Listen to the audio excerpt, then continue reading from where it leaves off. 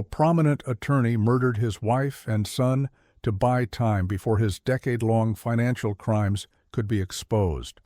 The fall of a dynasty. For nearly a century, the Murdaugh name commanded respect and fear across South Carolina's Lowcountry. 3 generations of Murdaugh men had served as the region's chief prosecutor, building a legal empire where their word was law. By 2021, Alex Murdaugh, 54, represented the 4th generation of this dynasty, running the family's prestigious law firm and wielding influence that seemed unshakable. But on the night of June 7, 2021, that carefully constructed facade shattered in a burst of gunfire at the family's sprawling Moselle hunting estate in Colleton County. The scene. The 911 call came at 10:07 p.m. Alex Murdaugh's voice trembled as he reported finding his wife Maggie, 52, and son Paul, 22, shot to death near the property's dog kennels. Maggie had been killed with a rifle, struck multiple times. Paul's injuries were even more devastating, shot twice with a shotgun at close range, once in the chest and once in the head. The force so brutal it nearly decapitated him. Alex claimed he'd been visiting his ailing mother and returned home to discover the carnage.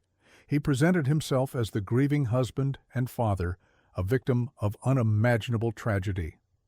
Law enforcement initially seemed sympathetic to the man whose family had worked alongside them for generations. But investigators quickly noticed inconsistencies. Alex's timeline didn't align with the evidence. His demeanor seemed off, and as they dug deeper, they uncovered something far more sinister than a random attack, a web of lies, addiction, and systematic theft that had been growing for over a decade. The unraveling.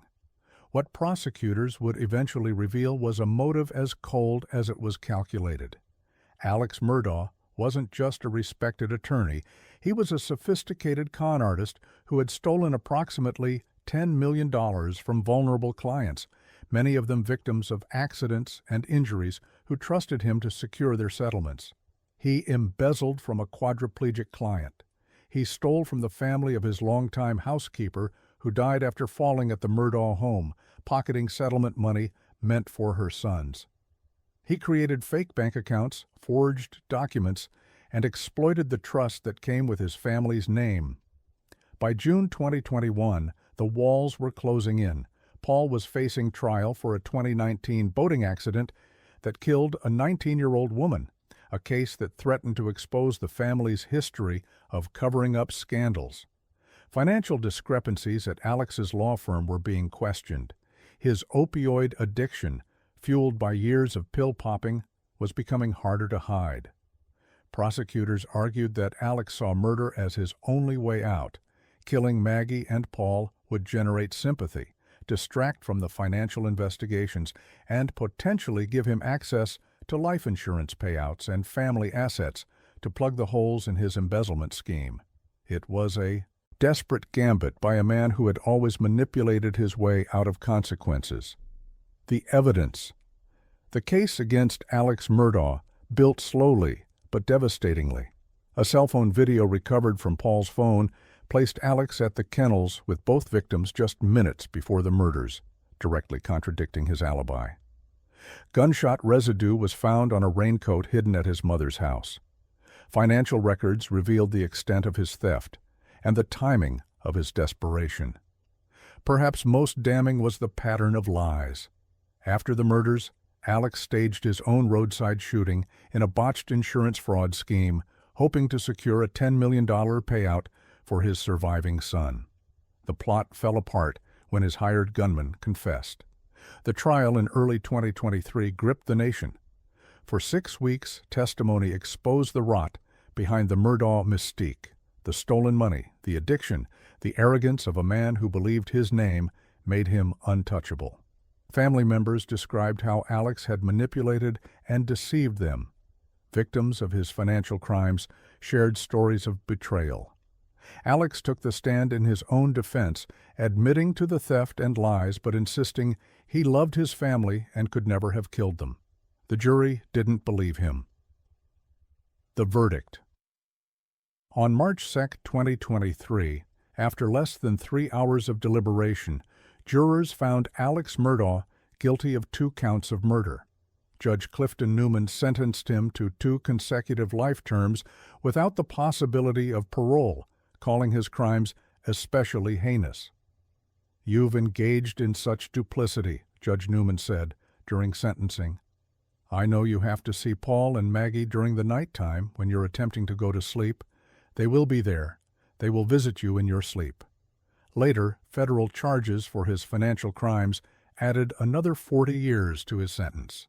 Additional state charges for theft and fraud continue to pile up.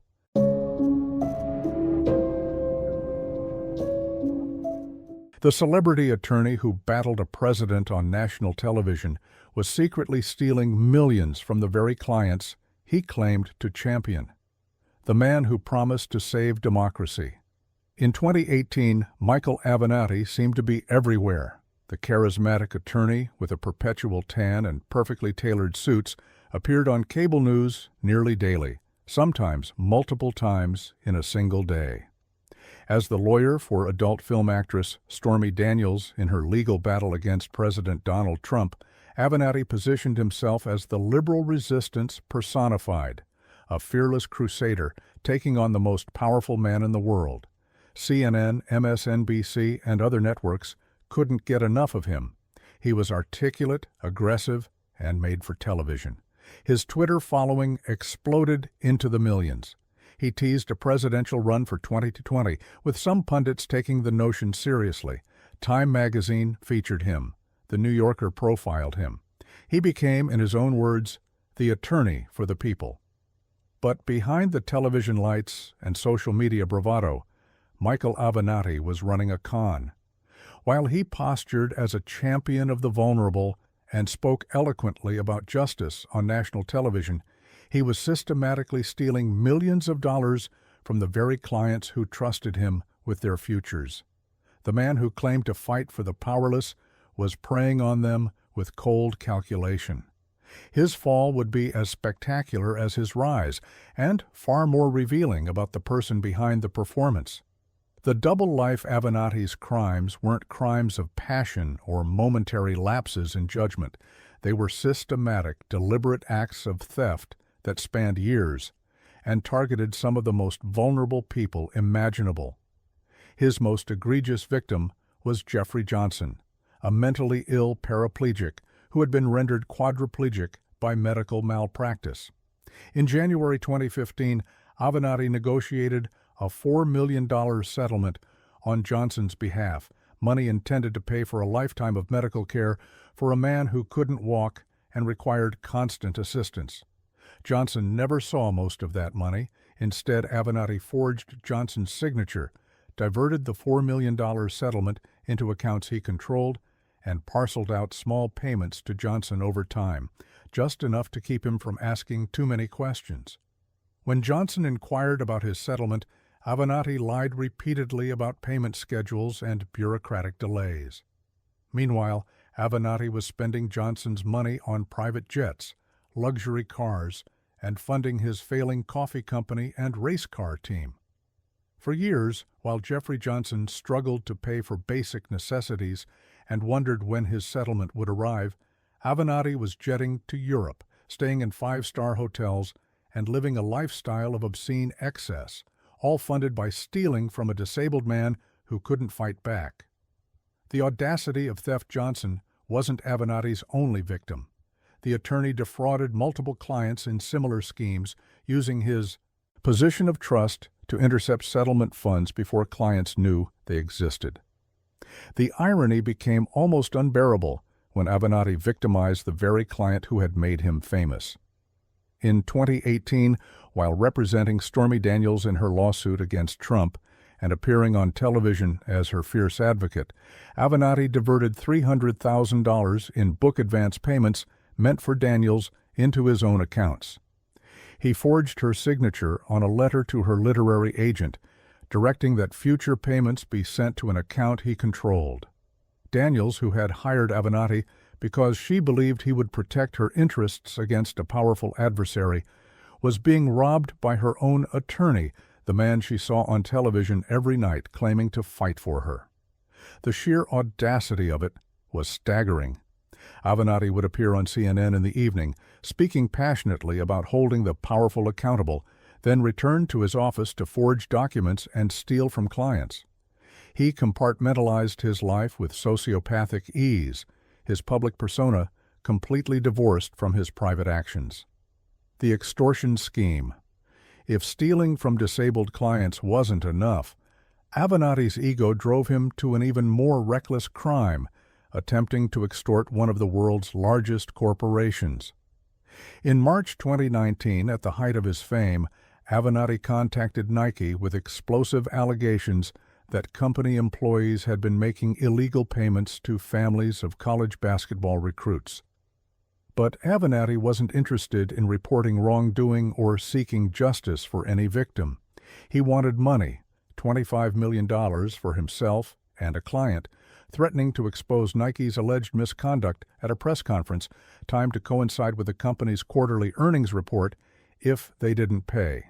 It was a shakedown, pure and simple, and Nike, instead of capitulating, contacted the FBI. Within days, federal prosecutors in New York charged Avenatti with attempted extortion. His fall had begun. The three trials. Avenatti's legal reckoning came in three separate federal trials across 2 years, each one peeling back another layer of fraud and deception. Trial 1, Nike extortion, New York, February 2020. Convicted of attempting to extort $25 million from Nike. During trial, Avenatti represented himself and tried to claim he was simply engaged in aggressive negotiation tactics. Jurors saw through the spin in less than a day of deliberations, sentenced to 2.5 years in federal prison. Trial 2, Stormy Daniels theft, New York, February 2022. Convicted of wire fraud and identity theft for stealing $300,000 from his most famous client. Again representing himself, Avenatti actually took the stand and admitted to taking Daniels' money, but claimed it was a loan or fee he was owed, despite having forged her signature. The jury didn't buy it, sentenced to 4 years, to run consecutively with his Nike sentence. Trial 3, client embezzlement, California, June 2022. Convicted on 4 counts of wire fraud and 1 count of tax fraud related to stealing millions from 5 clients, including Jeffrey Johnson's $4 million. Evidence showed years of systematic theft, forged signatures, and elaborate lies to cover his tracks. Sentenced to 14 years in federal prison. In total, 19 years behind bars. The man behind the mask. What drove Michael Avenatti? The answer appears to be a toxic combination of narcissism, greed, and an addiction to fame that consumed whatever ethical guardrails he might have once possessed. Avenatti lived beyond his means even by the standards of wealthy attorneys. He owned a Ferrari collection. He co-owned a racing team that competed at Le Mans. He jetted between luxury homes in California and Colorado. He invested millions in a failing coffee company, Tully's, that filed for bankruptcy, owing creditors millions. His law firm faced multiple bankruptcies and judgments. The reality was that Avenatti wasn't nearly as successful as his lifestyle suggested. The cars, jets, and luxury were maintained through theft, debt, and financial shell games. He was effectively a con artist who happened to have a law degree. But perhaps more than money, Avenatti craved attention and validation. His time in the spotlight during the Stormy Daniels case, the CNN appearances, the social media adulation, the talk of political futures, fed an ego that ultimately blinded him to consequences. He began to believe his own press, convinced that his celebrity made him untouchable. Federal prosecutors revealed that even as he faced potential charges, Avenatti continued to negotiate for reality TV appearances and book deals.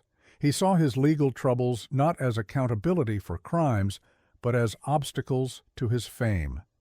His texts and communications showed a man obsessed with his image, his brand, his place in the spotlight, with barely a thought for the clients whose lives he had ruined. The testimonies. The trials featured devastating testimony from Avenatti's victims. Jeffrey Johnson's testimony was particularly gut-wrenching.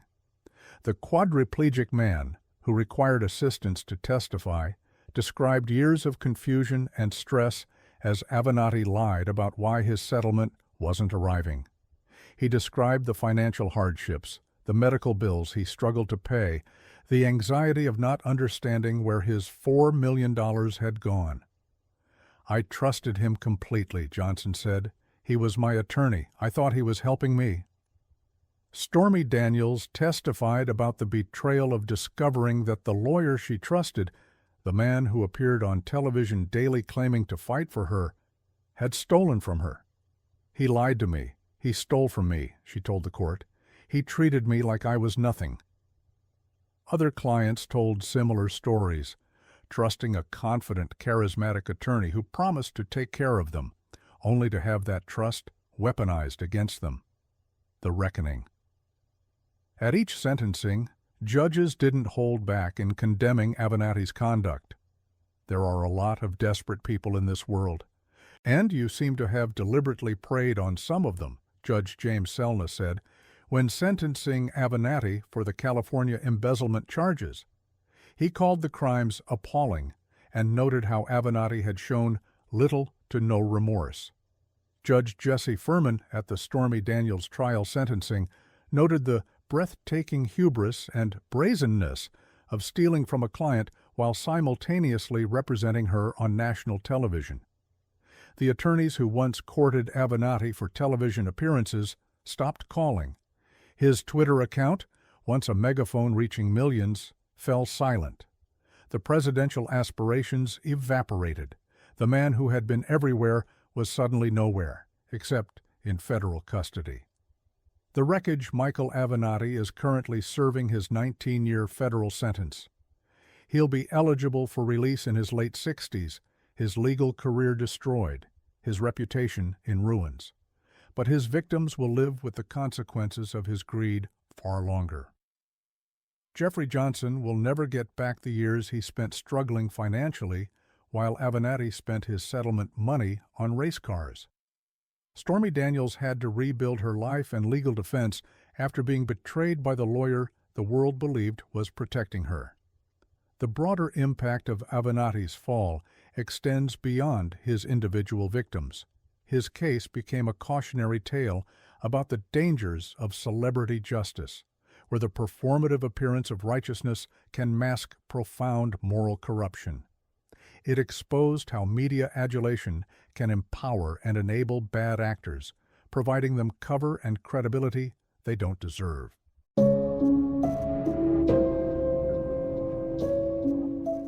Delaware's Deputy Attorney General murdered his secret mistress, dumped her body in the Atlantic, and became the first person in state history convicted of murder without a body. The most powerful man in Delaware. In the mid-1990s, Thomas Capano was Delaware royalty. At 49, he had already carved out an extraordinary career: Georgetown law graduate, former Delaware Deputy Attorney General, legal counsel to the governor, and managing partner at one of Wilmington's most prestigious law firms. His family name carried weight. His brothers were successful.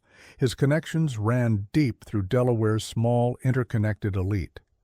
Tall, well-dressed, and charismatic, Capano moved effortlessly through the highest circles of Delaware society. He knew judges, politicians, business leaders. He had prosecuted criminals, advised governors, shaped policy.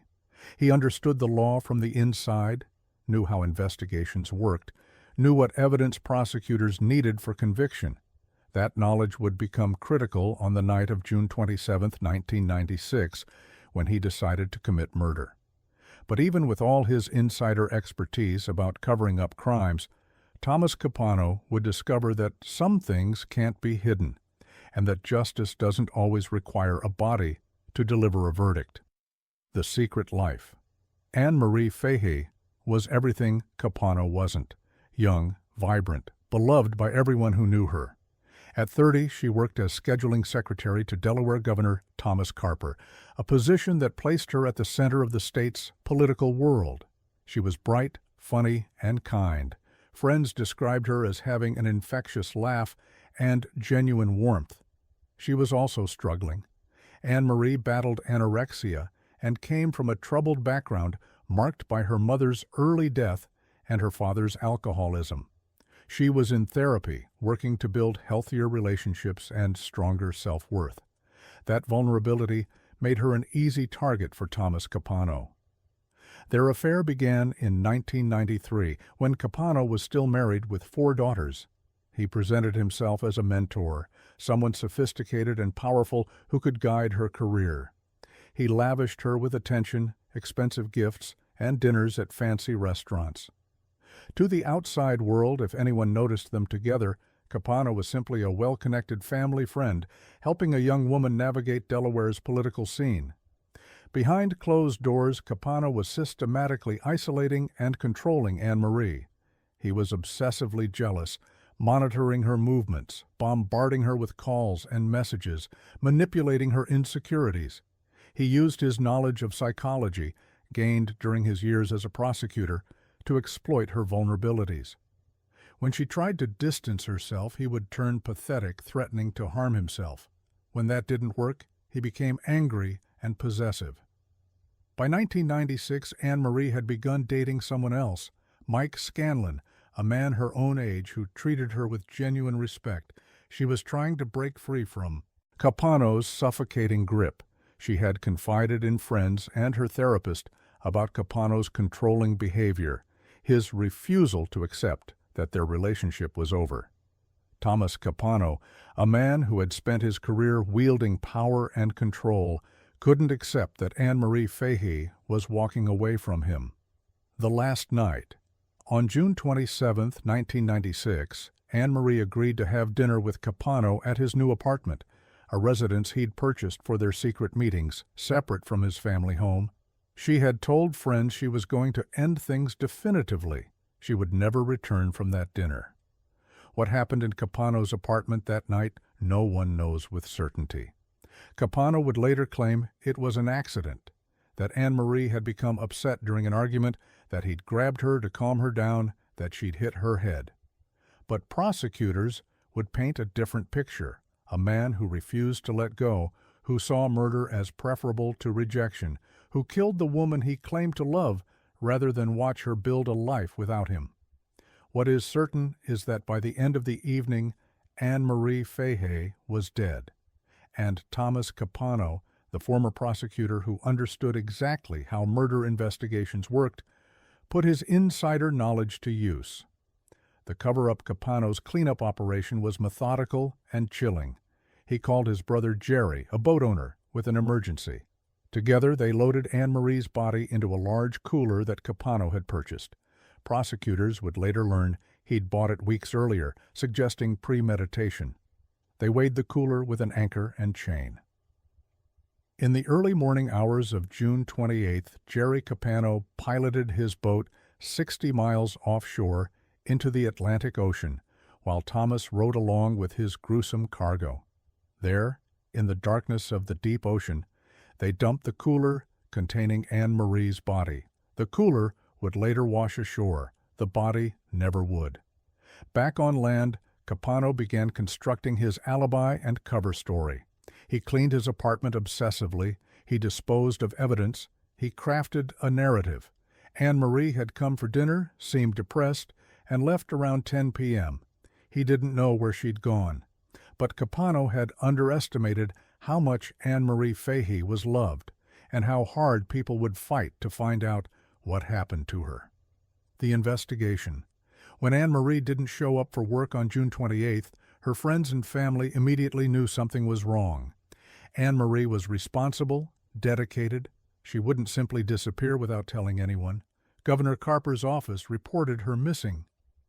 Delaware State Police and the FBI launched an immediate investigation. And as they began interviewing Anne Marie's friends, one name kept appearing in her diary and in conversations she'd had shortly before her disappearance: Tom Capano.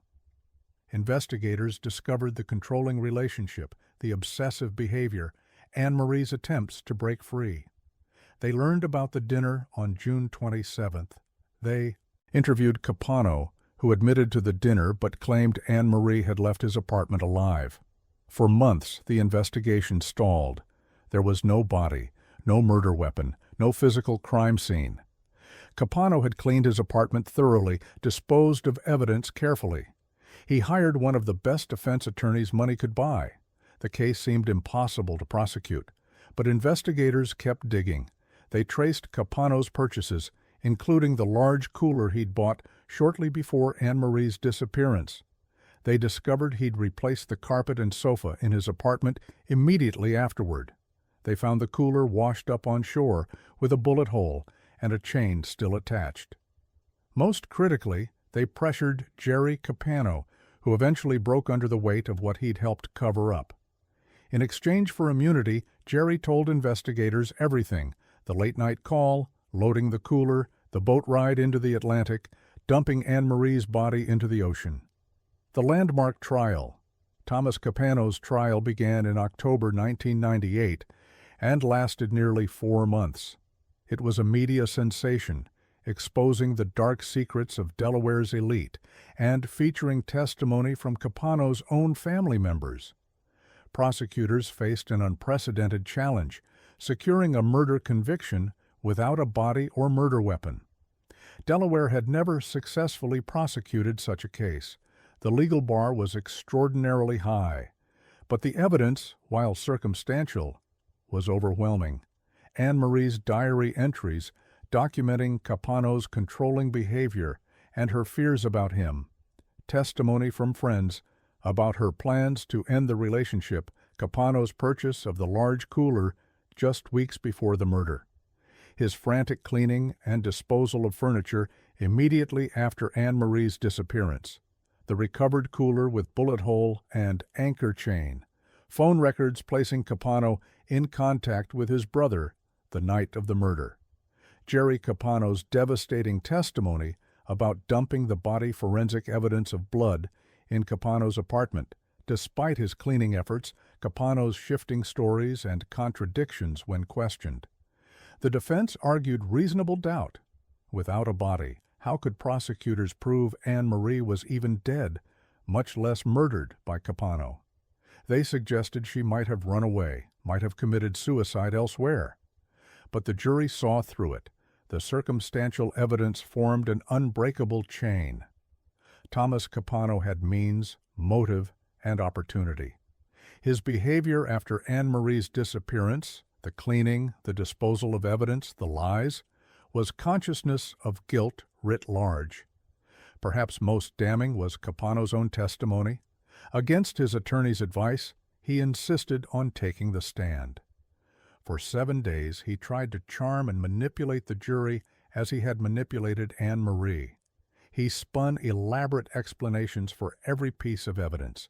He painted himself as a victim of overzealous prosecution. The jury wasn't buying it. They saw a narcissist who believed his intelligence and legal knowledge put him above the law. They saw a control freak who couldn't accept rejection. They saw a manipulator who thought he could talk his way out of murder.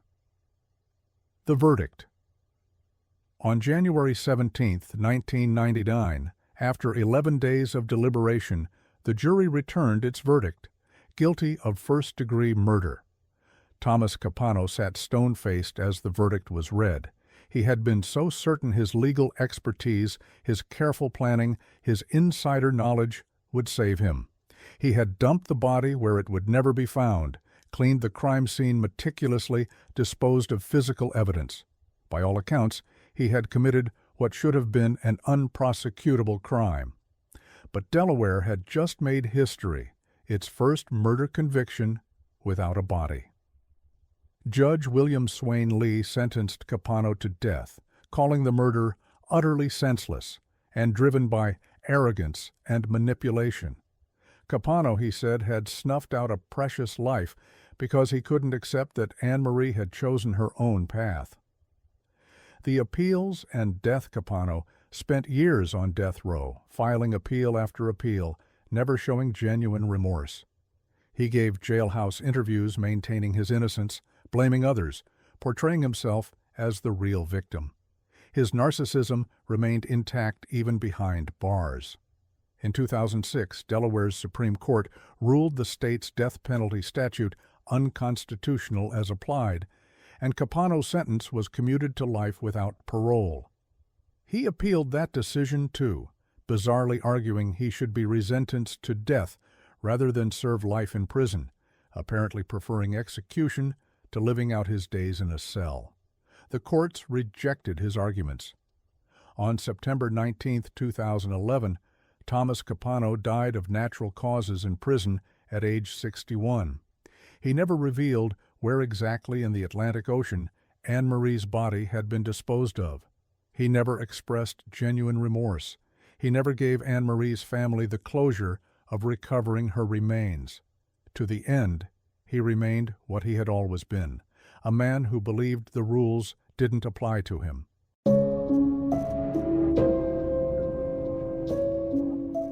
The former federal prosecutor turned his Newark law firm into a murderous criminal enterprise, ordering hits on witnesses and telling gang clients, "No chemo, no case." The man who defended everyone. Paul Berggren looked like what Central Casting would send if you ordered tough defense attorney. Stocky and intense, with the bearing of the decorated Army major he'd once been, Berggren commanded attention when he walked into a courtroom. His legal resume was impeccable. Harvard Law School graduate, former prosecutor in the U.S. Attorney's Office in Newark, Bronze Star recipient for his military service. By the early 2000s, Berggren had built a thriving defense practice representing some of New Jersey's most dangerous criminals. He defended gang members, drug kingpins, and organized crime figures with aggressive tactics that made prosecutors grind their teeth. He was brilliant in court, fearless in cross-examination, and utterly committed to his clients. "Everyone deserves a vigorous defense," Berggren would say. "That's what the Constitution guarantees." But somewhere along the way, defending criminals became something else entirely. Paul Berggren didn't just represent the mob, he became the mob. His law firm transformed into a criminal enterprise that would make Tony Soprano proud, complete with murder contracts, drug trafficking, prostitution rings, and witness intimidation that crossed every ethical and legal line imaginable. The former federal prosecutor who once put criminals behind bars would become worse than any defendant he'd ever represented. No chemo, no case. The transformation from zealous defense attorney to crime boss wasn't sudden. It was incremental, each boundary crossed, making the next violation easier. But by 2004, Paul Berggren had abandoned all pretense of practicing law within legal bounds. His most infamous moment came in the case of William Baskerville, a Bloods gang member charged with federal weapons offenses. The key witness against Baskerville was Chemo Deshaun McCray, a low-level drug dealer who had become an FBI informant. In a meeting with Baskerville and other gang members, Berggren allegedly laid out the solution with chilling simplicity. No chemo, no case. The message was unmistakable. Eliminate the witness, collapse the prosecution. On March 2, 2004, Chemo McCray was shot 12 times on a Newark street corner in broad daylight. He died at the scene, his body left sprawled on the pavement, as a message to anyone else considering cooperating with authorities. William Baskerville's weapons case fell apart without his star witness. Berggren had achieved exactly what he'd promised, and "no chemo, no case" became his calling card, a phrase that would echo through Newark's criminal underworld as both a promise and a threat.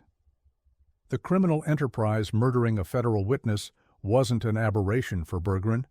It was business as usual for a law firm that had morphed into something resembling a RICO enterprise. Prosecutors would later document a stunning array of criminal activity orchestrated directly by Berggren: witness intimidation and murder for hire. Beyond the McCrae murder, Berggren conspired to kill or intimidate numerous witnesses in his clients' cases. He discussed murder plots openly with gang members, offering legal advice on how to avoid detection while simultaneously planning executions. His law firm became a clearinghouse for witness elimination. Drug trafficking. Berggren wasn't just defending drug dealers, he was partnering with them. He helped clients avoid law enforcement, advised on drug distribution operations, and took payment in both cash and cocaine. His office became a safe haven where dealers could discuss business, knowing their attorney was part of the operation, rather than just representing it. Prostitution operation. In perhaps the most brazen criminal activity, Berggren ran a prostitution ring directly from his law office, recruiting his girlfriend and law partner into the scheme.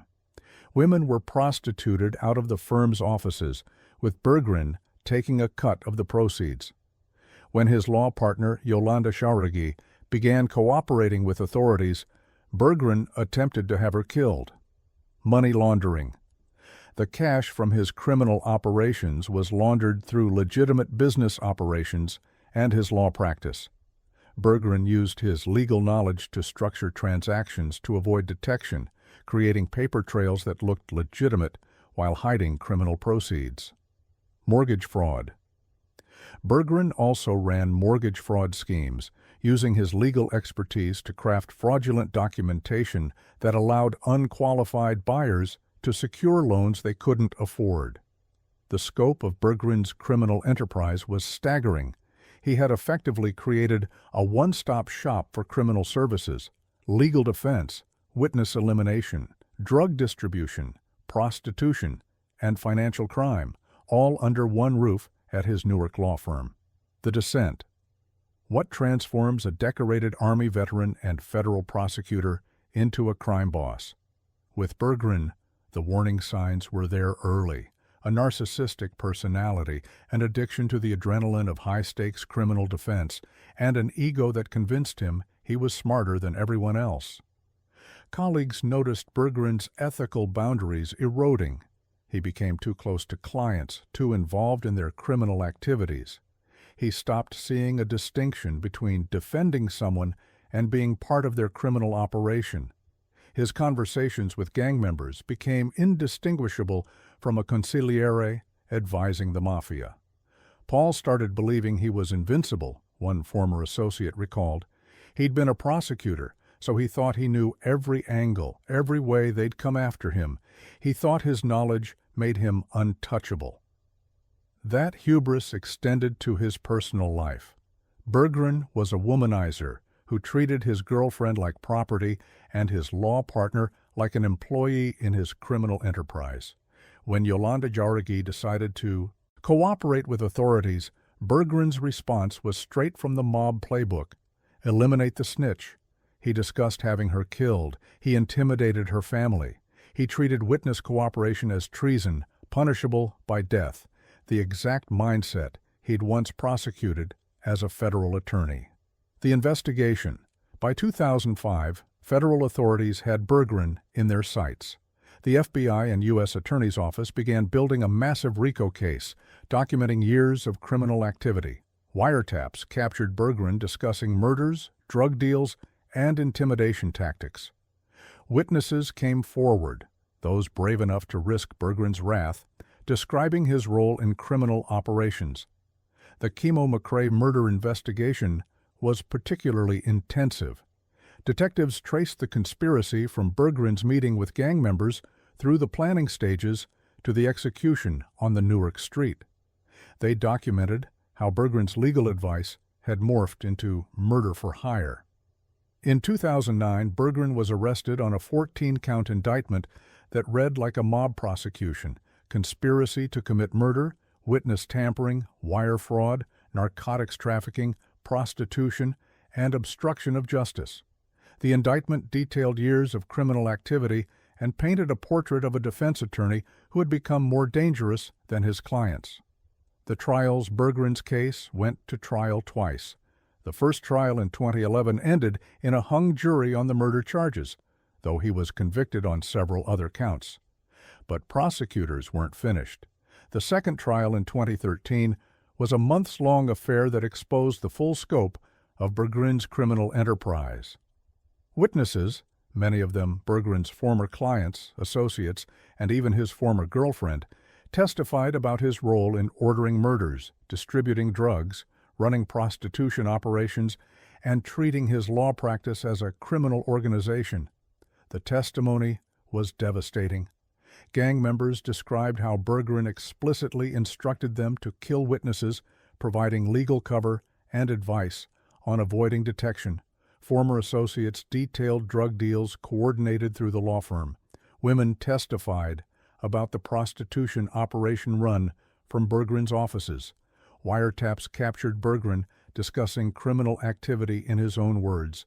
Financial records showed money laundering and payment structures consistent with criminal enterprise. Berggren's defense was that he was simply a zealous advocate whose aggressive representation had been criminalized by overzealous prosecutors. He claimed his conversations with clients were privileged attorney-client communications taken out of context. The jury wasn't convinced. The evidence showed Berggren had crossed from defending criminals to being one.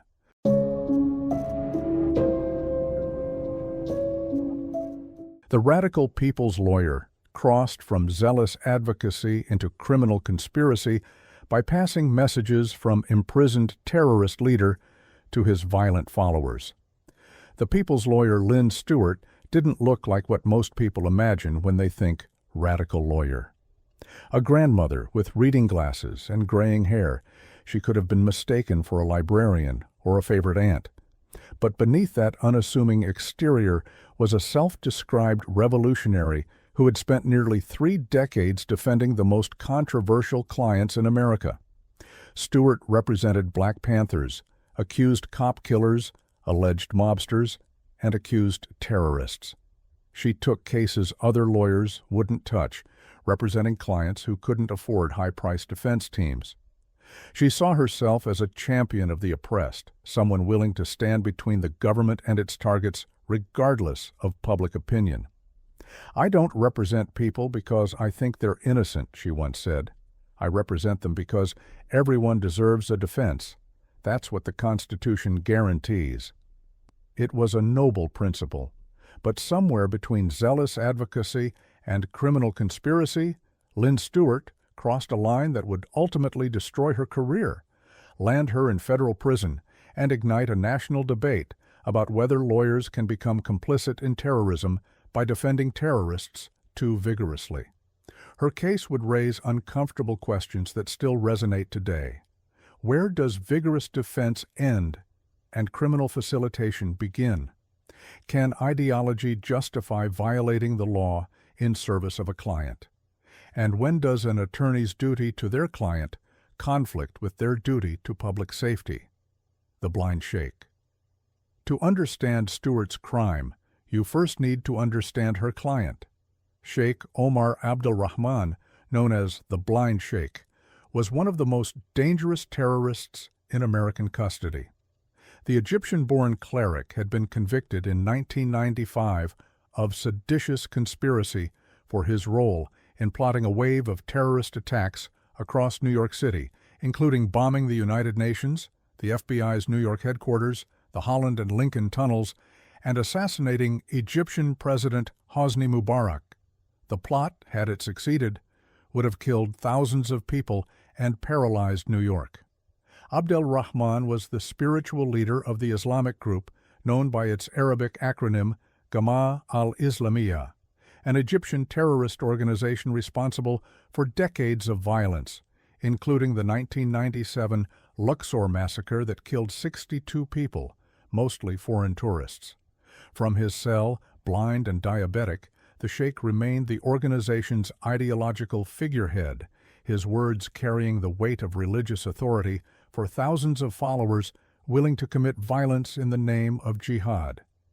Because of the ongoing threat he posed, the Bureau of Prisons imposed Special Administrative Measures, SAMs, on Abdel-Rahman, strict rules limiting his communication with the outside world. He could not give Interviews. He could not receive visitors except attorneys and immediate family. And, critically, his attorneys were required to sign an affirmation promising they would not pass messages between the Sheikh and his terrorist organization. In 1997, Lynn Stewart signed that affirmation. She promised she would not act as a conduit for communications between her imprisoned client and his followers. Within 3 years, she would violate that promise repeatedly and deliberately. The revolutionary. To understand why Stewart crossed the line, you have to understand her worldview. This wasn't a case of a naive attorney being manipulated by a terrorist client. Stewart knew exactly what she was doing, and she believed she was justified. Stewart was an open radical who had praised violence as a tool for social change. In a 2002 interview, she said, "I don't believe in anarchistic violence, but in directed violence. That would be violence directed at the institutions which perpetuate capitalism, racism, and sexism, and at the people who are the appointed guardians of those institutions, and accompanied by popular support." She viewed Abdel Rahman not as a terrorist, but as a freedom fighter against Western imperialism and the corrupt Egyptian government. She saw his conviction as political persecution, his imprisonment as martyrdom, and she believed the special administrative measures violated his constitutional rights, regardless of what security justifications the government offered. In Stewart's ideological framework, helping Abdel Rahman communicate with his organization wasn't facilitating terrorism, it was resisting an unjust system that criminalized legitimate resistance to oppression. That ideology would lead her to make choices that federal prosecutors would characterize as providing material support to terrorism. The conspiracy between 2000 and 2002, during prison visits to Abdel Rahman, Lynn Stewart engaged in a systematic effort to circumvent the special administrative measures and pass messages between the Sheikh and the Islamic group. The operation involved Stewart, her paralegal, and an Arabic language interpreter named Mohammed Yusri. During prison visits, Stewart would employ a tactic prosecutors called covering. She would make random comments, shuffle papers, tap on the table, and create ambient noise to mask conversations between Yusri and Abdel Rahman that the Sheikh didn't want prison officials to overhear on their monitoring systems. "Can you hear me?" Stewart would say loudly, drowning out the Arabic conversation happening beside her. "Is it raining outside? I think it might be raining."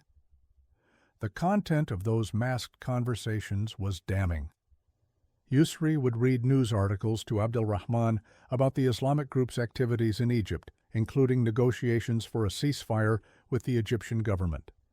The Sheikh would then provide responses, his position on the ceasefire, instructions for his followers, religious guidance on tactics. In June 2000, Stewart took the final, most explicit step. She released a public statement on Abdel Rahman's behalf, withdrawing his support for the Islamic group's ceasefire with the Egyptian government. The statement, issued through Reuters to ensure widespread coverage, was a call to resume violence. The effect was immediate. Within months, the Islamic group carried out new attacks. The ceasefire collapsed. Violence flared again in Egypt, with casualties mounting on both sides. Stewart had become exactly what the special administrative measures were designed to prevent: a conduit allowing an imprisoned terrorist leader to direct his organization's operations from behind bars. The surveillance. What Lynn Stewart didn't know was that federal authorities were watching and listening. After 9/11, counterterrorism investigations intensified dramatically. The FBI had been monitoring Abdel Rahman's communications, and they noticed the pattern: prison visits where conversations were masked by Stewart's covering behavior, followed by public statements supposedly from the Sheikh, followed by renewed terrorist activity by the Islamic group. Investigators obtained wiretaps and reviewed recorded prison visits. They documented dozens of instances where Stewart violated the special administrative measures she'd signed. They recorded her conversations with co-conspirators discussing how to pass messages without detection. They captured her public statement releasing Abdelrahman's call to end the ceasefire. The evidence was overwhelming. Stewart wasn't just defending a controversial client. She was actively facilitating his continued leadership of a terrorist organization. On April 9, 2002, federal agents arrested Lynn Stewart at her home in Brooklyn. She was charged with conspiracy, providing material support to terrorism, and making false statements to the government. Stewart's response was defiant. "I'm being prosecuted for my political beliefs and for my representation of a controversial client. This is a political prosecution designed to intimidate lawyers who represent accused terrorists." The trial Stewart's trial in 2005 became a flashpoint in debates about civil liberties, terrorism, and the post-9/11 security state. Her defenders portrayed her as a courageous attorney being persecuted for representing an unpopular client. Civil liberties organizations worried about the chilling effect on criminal defense work if attorneys could be prosecuted for zealous advocacy. But the prosecution made clear this wasn't about Stewart's representation of Abdelrahman, it was about specific criminal acts she committed while representing him. The evidence presented at trial was damning. Video and audio recordings of Stewart engaging in covering behavior during prison visits, testimony from Arabic speakers who translated the masked conversations, the public statement Stewart released, calling for renewed violence, documents showing Stewart signed the special administrative measures promising not to pass messages, then immediately began violating those restrictions. Evidence of the Islamic group resuming terrorist attacks after Stewart passed Abdelrahman's messages. Perhaps most damaging was Stewart's own words. In interviews before her arrest, she had openly discussed her belief that violence could be justified for revolutionary purposes. She'd expressed sympathy for the Islamic group's goals. She'd made clear she viewed the SAMs as illegitimate restrictions she felt entitled to violate. The defense argued that Stewart's actions were protected by attorney-client privilege and First Amendment rights to free speech. They claimed she was simply helping her client communicate his political views, not facilitating terrorism.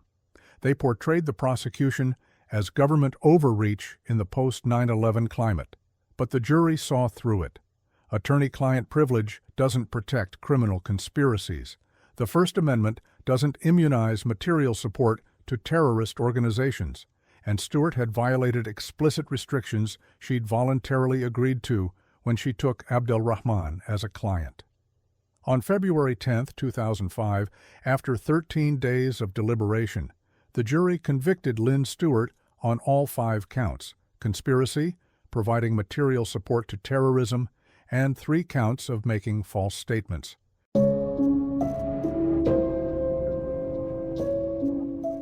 The legendary Erin Brockovich lawyer embezzled millions from vulnerable clients, plane crash victims, burn patients, and orphans to fund his wife's reality TV stardom, the king of torts.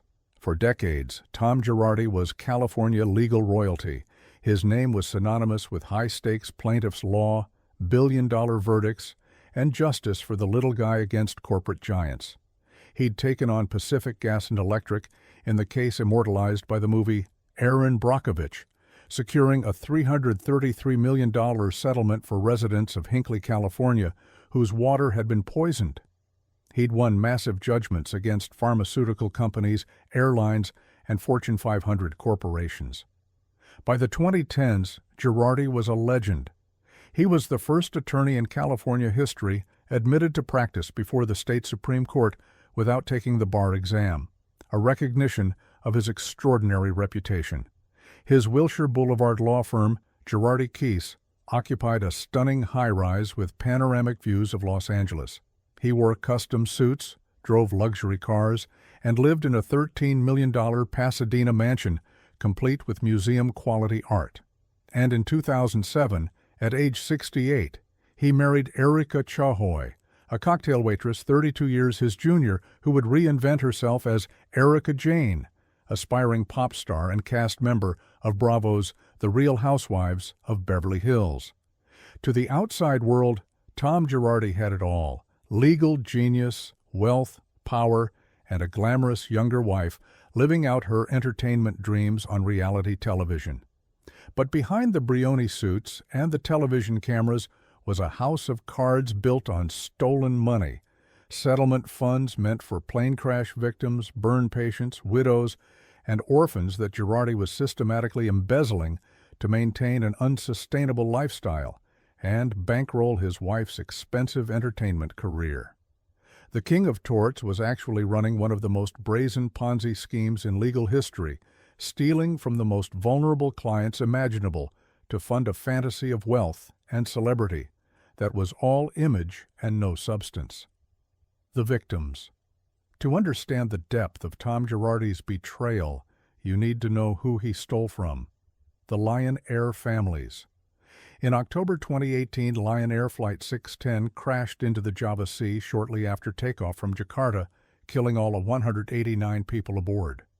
The cause was later determined to be design flaws in Boeing's 737 MAX aircraft. Girardi represented families of several Indonesian victims, securing millions in settlement money. Those families, grieving parents, widows with children, devastated relatives, never received most of their settlements. Girardi stole approximately $2 million meant for them, money that was supposed to provide for orphan children and help families rebuild their shattered lives after losing breadwinners. The families were in Indonesia, far from California, without easy access to American courts or ability to confront Girardi. He exploited that distance, betting they wouldn't be able to fight back when the settlement money never arrived. The burn victims. Joseph Ruigomez was 19 years old when a gas pipeline exploded in his San Bruno, California, neighborhood in 2010, engulfing him in flames. He suffered catastrophic burns over most of his body, requiring dozens of surgeries and years of painful recovery. His case against Pacific Gas and Electric resulted in a multi-million-dollar settlement, money meant to pay for a lifetime of medical care, surgeries, and basic necessities. Girardi stole more than $750,000 of Ruigomez's settlement money. While Ruigomez struggled with medical bills and the physical aftermath of his injuries, Girardi was using his money to pay for private jets and his wife's glam squad. The widow and orphans Girardi represented families devastated by tragedy, then made their suffering worse by stealing the compensation they'd won. One widow, who'd lost her husband in an accident, never received hundreds of thousands of dollars from her settlement. Orphaned children whose parents died in catastrophes saw money meant to secure their futures disappear into Girardi's accounts. These weren't faceless victims. They were people who had suffered unimaginable trauma: plane crashes that killed family members, explosions that left them disfigured, accidents that stole their loved ones. They trusted Tom Girardi, the famous champion of the injured, to fight for them. Instead, he robbed them. The Ponzi scheme. By the 2010s, Tom Girardi was running a classic Ponzi scheme. He would win settlements for clients, deposit the money into Girardi Keese's accounts, then use new settlements to pay off old clients while diverting millions to his personal expenses. The scheme's mechanics were sophisticated, but the concept was simple: steal from Peter to pay Paul, all while skimming off the top to maintain an extravagant lifestyle. Girardi would tell clients their settlement money was delayed, tangled in bureaucracy, held up by insurance companies, requiring additional legal work. Meanwhile, he was spending their money on Erika Jayne's entertainment career.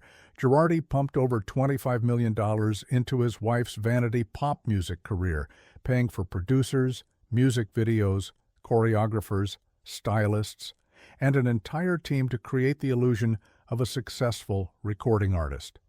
Her singles went nowhere commercially, but they looked expensive. The reality TV lifestyle, Erika's role on Real Housewives of Beverly Hills, required maintaining an image of extreme wealth: designer clothes, jewelry, glam squads, and lavish parties. That image was funded with client settlement money. Private jets. Girardi spent millions on private aviation. Flying first class wasn't enough. The stolen settlement funds paid for chartered jets. The Pasadena mansion. The $13 million estate required constant upkeep, staff, and maintenance, all funded by money that should have gone to clients. American Express bills. Court records would later reveal that Girardi Keys paid more than $14 million toward Erica's American Express charges over a decade, including $1.4 million in 1 year alone. The bills reflected a lifestyle of pure excess, designer shopping sprees, luxury travel, and constant entertainment expenses. As the Ponzi scheme grew, Girardi needed bigger and bigger settlements to keep it afloat. He became increasingly desperate, taking on more clients and promising faster results while knowing he'd never be able to pay them all. The Lion Air families became targets because their settlements were large and they were overseas, less likely to immediately discover the theft. Burn victims and widows were targeted because they were vulnerable, often too traumatized or medically compromised to fight back effectively. Girardi's calculation was cold and mercenary. Who would be least able to catch me? Who could I steal from with the lowest risk of exposure? The glamorous facade. While Girardi was embezzling millions, viewers of The Real Housewives of Beverly Hills watched his wife Erika Jayne live out a fantasy of wealth and glamour. The show, which premiered in 2015 and featured Erika from its 6th season onward, showcased the couple's lavish lifestyle. Cameras toured their mansion, filmed Erika's music video shoots, and documented her transformation from cocktail waitress to Erika Jayne, pop star persona, complete with backup dancers and elaborate costumes. Tom appeared occasionally on the show as the distinguished older husband, silver-haired, impeccably dressed, always calm and in control.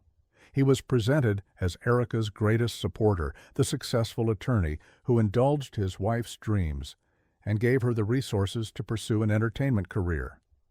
"My husband is an amazing man," Erika said in one episode. "He built an empire, and now he's helping me build mine." What viewers didn't know was that the empire was built on stolen settlement money from plane crash victims and burn patients.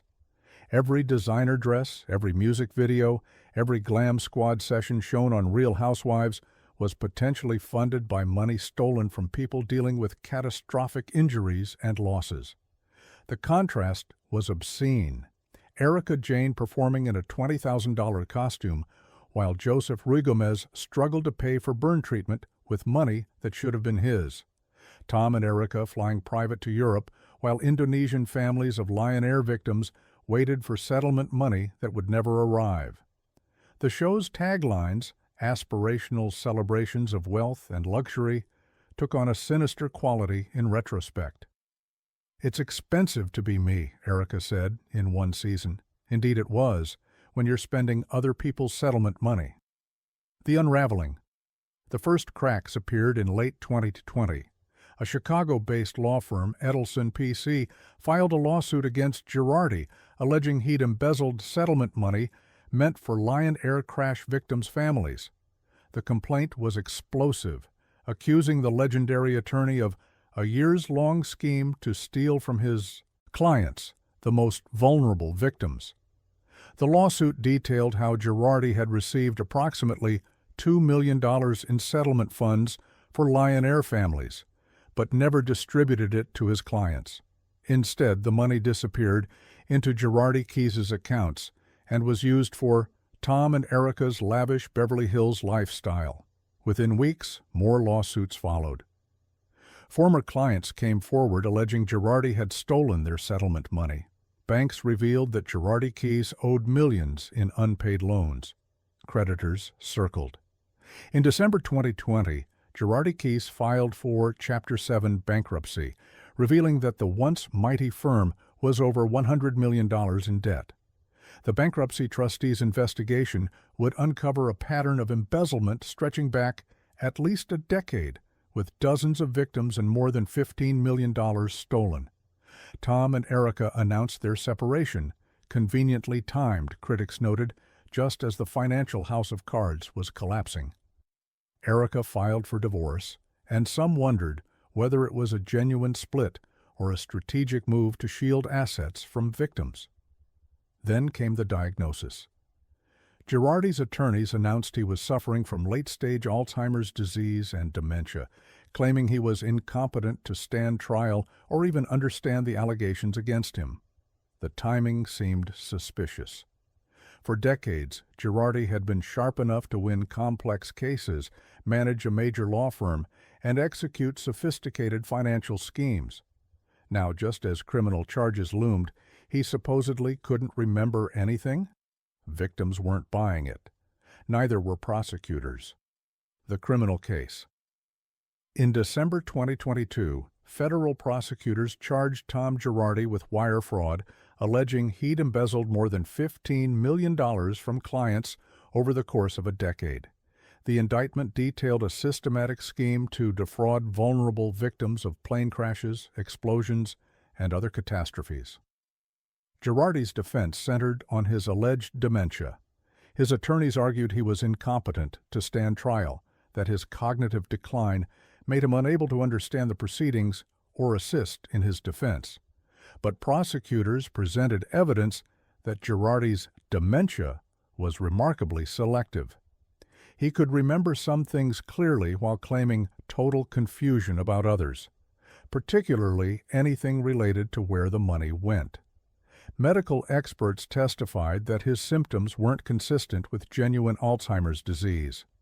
In January 2024, after extensive competency evaluations, a federal judge ruled that Girardi was competent to stand trial. The evidence suggested his cognitive problems, while possibly real to some extent, were being exaggerated for legal advantage. The trial, when it finally proceeded in 2025, was devastating for Girardi's legacy. Prosecutors presented bank records showing millions flowing from client settlement accounts into Girardi's personal accounts and Erica's entertainment company, testimony from victims who described Girardi's lies about delayed payments. While he was living lavishly, evidence that Girardi had hidden assets and transferred money to shield it from creditors. Documentation of the Ponzi scheme mechanics, using new settlements to pay old clients while skimming millions for personal use. Records of Girardi's lavish spending, including the $25 million spent on Erica's career and millions more on luxury expenses. The defense argued that Girardi's law firm had simply faced financial difficulties, that any missing client funds were due to cash flow problems rather than intentional theft. But the evidence told a different story. This wasn't a law firm struggling with temporary cash problems. It was a decade-long pattern of deliberately stealing from vulnerable clients to fund an unsustainable lifestyle of celebrity and excess. The lesson is uncomfortable. Reputation isn't a guarantee of ethics. Success doesn't equal honesty. And even the most legendary lawyers can be criminals if oversight fails and warning signs are ignored.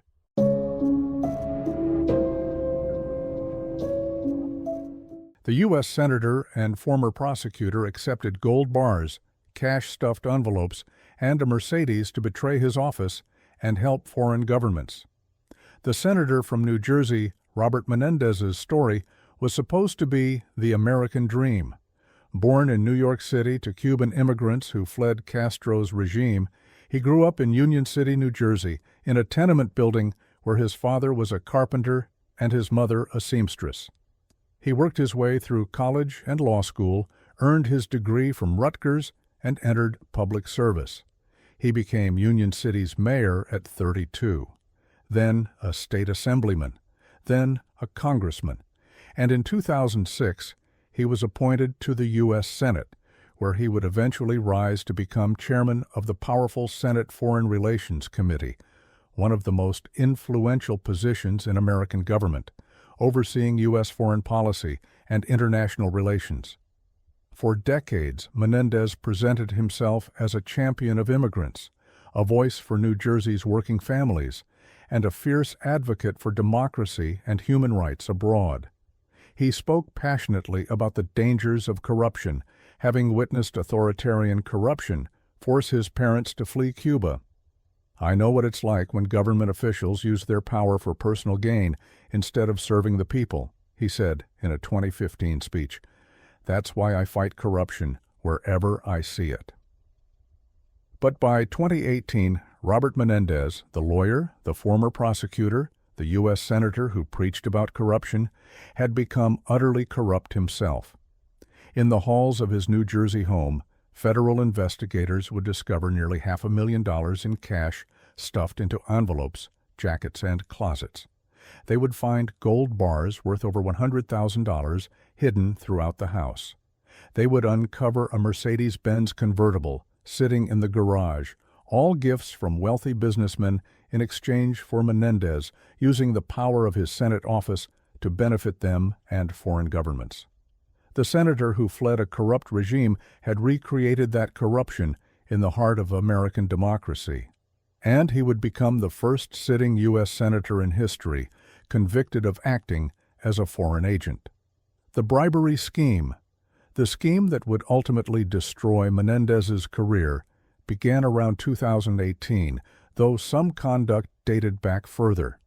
It involved 3 New Jersey businessmen, Wael Hanna, Jose Uribe, and Fred Dybes, who wanted political favors and were willing to pay handsomely for them. The arrangement was shockingly brazen, more befitting a third-world kleptocracy than the United States Senate, the gold bars. Menendez accepted gold bars worth over $100,000 from the businessman. These weren't symbolic gifts or minor tokens. They were actual gold bullion hidden in various locations around his home. When FBI agents executed a search warrant in June 2022, they found gold bars in closets, in drawers, secreted throughout the residence like a corrupt politician's treasure hoard. Serial numbers on some of the gold bars were traced back to Fred Dybes, one of the businessmen bribing Menendez. The connection was irrefutable. These weren't family heirlooms or legitimate investments. They were payment for political corruption. The cash. Even more damning was the cash. FBI agents discovered approximately $480,000 in currency stuffed into envelopes, hidden in clothing, tucked into closets throughout Menendez's home. Some of the cash was hidden in jackets bearing Menendez's name. Some envelopes were stuffed into boots. Money was secreted in every corner of the residence. And here's where the evidence became absolutely damning. Some of the envelopes containing cash had Menendez's fingerprints on them, not his wife's fingerprints, his. The senator's own fingerprints were on envelopes stuffed with bribe money. Try explaining that away. Menendez couldn't. The Mercedes-Benz, Jose Uribe, another businessman in the scheme, provided Menendez's wife Nadine with a Mercedes-Benz C300 convertible worth over $60,000. The car was payment for Menendez using his influence to help Uribe's associates who were facing criminal investigations in New Jersey. The vehicle sat in Menendez's garage, a luxury car he hadn't purchased, provided by a businessman who wanted favors. The quid pro quo couldn't have been more obvious if it came with a bow and a card reading, "Thanks for the corruption." What he sold.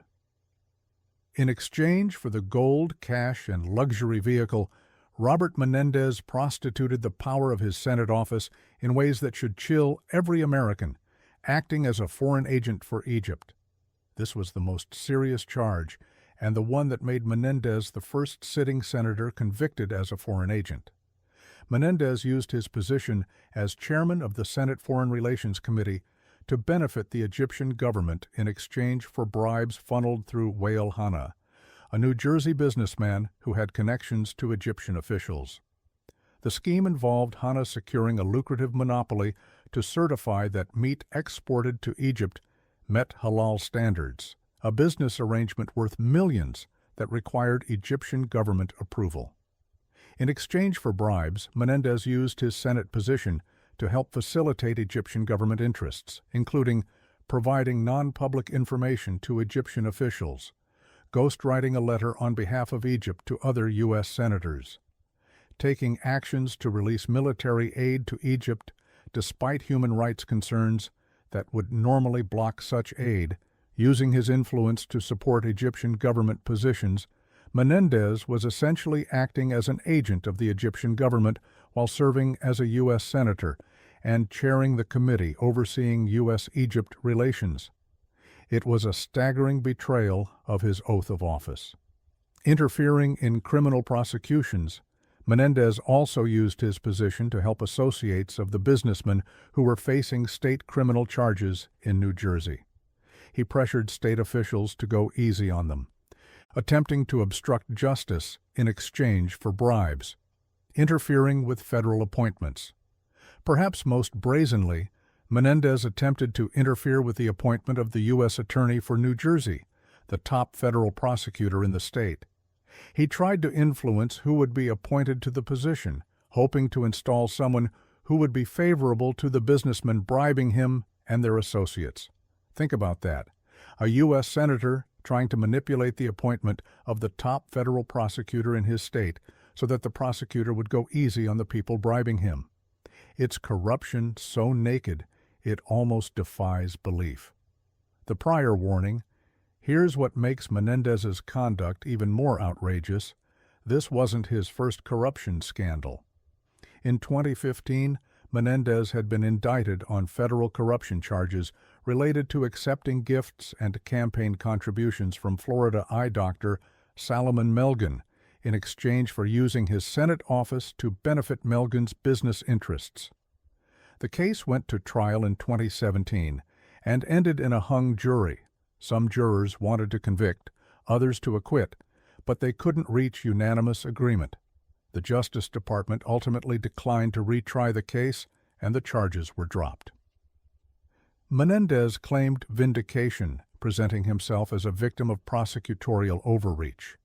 But here's the thing: the Senate Ethics Committee still severely admonished Menendez, finding that he'd violated Senate rules by accepting gifts without proper disclosure and using his office to benefit a donor. The committee's report was a roadmap of ethical violations, even if criminal conviction had failed. Any reasonable person, having come that close to a federal conviction and having been officially admonished by the Senate Ethics Committee, would have learned a lesson. They would have become scrupulously ethical, avoiding even the appearance of impropriety. Robert Menendez did the opposite. Within months of the first trial ending, he was back taking bribes, this time gold bars and envelopes stuffed with cash. It was as if the near miss with prison had taught him nothing, or perhaps taught him only to be greedier and more brazen. The investigation.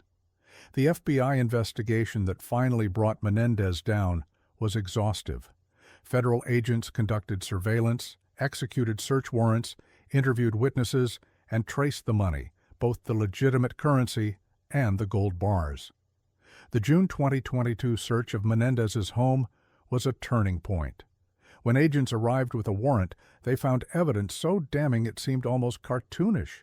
Cash hidden throughout the house, in amounts no honest senator could explain, gold bars secreted in various locations, the Mercedes-Benz in the garage, text messages and communications showing the quid pro quo arrangements, evidence of Menendez taking official actions shortly after receiving payments. Investigators also uncovered Menendez's communications with the businessmen and Egyptian officials, demonstrating the coordination between bribes and official actions. The pattern was unmistakable. Menendez would receive cash or gold, then take official actions benefiting those who'd paid him. The timing was too consistent to be coincidental.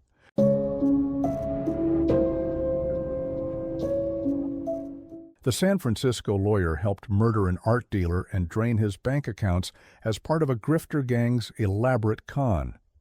David Replogle wasn't a desperate attorney living paycheck to paycheck. He wasn't funding a drug addiction or covering gambling debts. He was a 59-year-old licensed attorney in San Francisco with a practice and a life. Yet, in 2008, he made a choice that would define the rest of his existence. He joined a conspiracy to murder a 74-year-old art dealer and rob him of everything he owned. The victim, Clifford Lambert, was a retired art dealer living quietly in Palm Springs, California. He had money, not a fortune, but enough to be comfortable. He owned his home. He had bank accounts with over $185,000. He collected art. He was elderly, living alone, and vulnerable.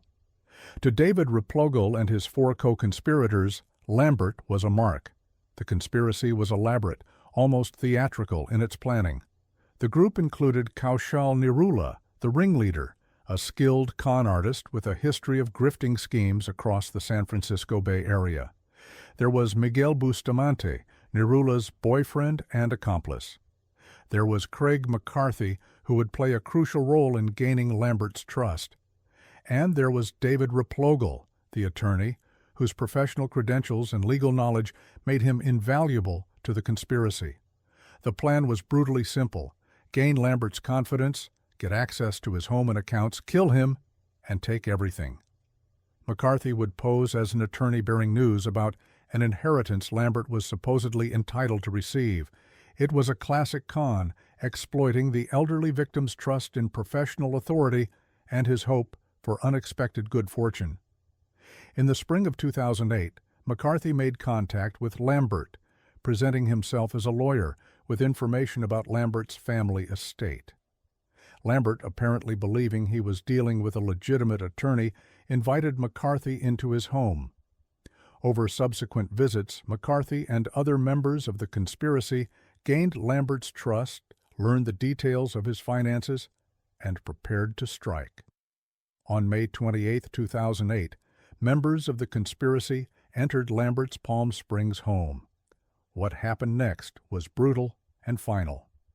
Clifford Lambert was stabbed to death. The 74-year-old man who had welcomed these people into his home believing they were helping him with legal matters was murdered in his own residence. The conspirators immediately began looting. They accessed Lambert's bank accounts, draining over $185,000. They forged documents to gain control of his property, including attempting to transfer the deed to his home. They stole his possessions. They even attempted to assume his identity for financial purposes. Lambert's body was hidden in his apartment, and for a brief period the conspirators tried to maintain the fiction that he was still alive while they systematically emptied his accounts. David Replogle's role in the conspiracy was crucial. As a licensed attorney, he provided legal expertise that made the fraud more sophisticated. He helped forge documents. He advised on how to transfer property and drain accounts in ways that might avoid immediate detection. His legal knowledge turned what might have been a crude robbery murder into an elaborate scheme with multiple layers of financial fraud and identity theft. The conspirators might have gotten away with it, but their greed and sloppiness led to their downfall. The financial transactions were traceable. Lambert's sudden disappearance raised questions. When Palm Springs police discovered Lambert's body and began investigating, the trail led quickly to the conspiracy members. By June 2008, less than a month after the murder, all 5 conspirators, including David Replogle, were arrested. The legal proceedings that followed would become, in the words of Riverside County prosecutors, one of the most unusual cases in California history, not because of the crime itself, but because of what happened during the first trial. In 2014, after years of pre-trial proceedings, Replogle and his co-conspirators went to trial. The evidence was overwhelming: forensic evidence from the crime scene, financial records showing the account draining, testimony about the conspiracy, communications between the defendants. The jury convicted Replogle and the others on multiple counts including first-degree murder, conspiracy, burglary, grand theft, identity theft, and forgery. But then something extraordinary happened. It emerged that Riverside County Superior Court Judge Paul Dickerson, who had presided over the trial, had made shockingly inappropriate comments about one of Replogle's co-defendants, Craig McCarthy, who was HIV positive. In conversations secretly recorded by a court employee, Dickerson made homophobic remarks suggesting that McCarthy's HIV status influenced his view of the case. The recordings revealed bias so blatant that appellate courts had no choice but to grant a new trial. It was a stunning development.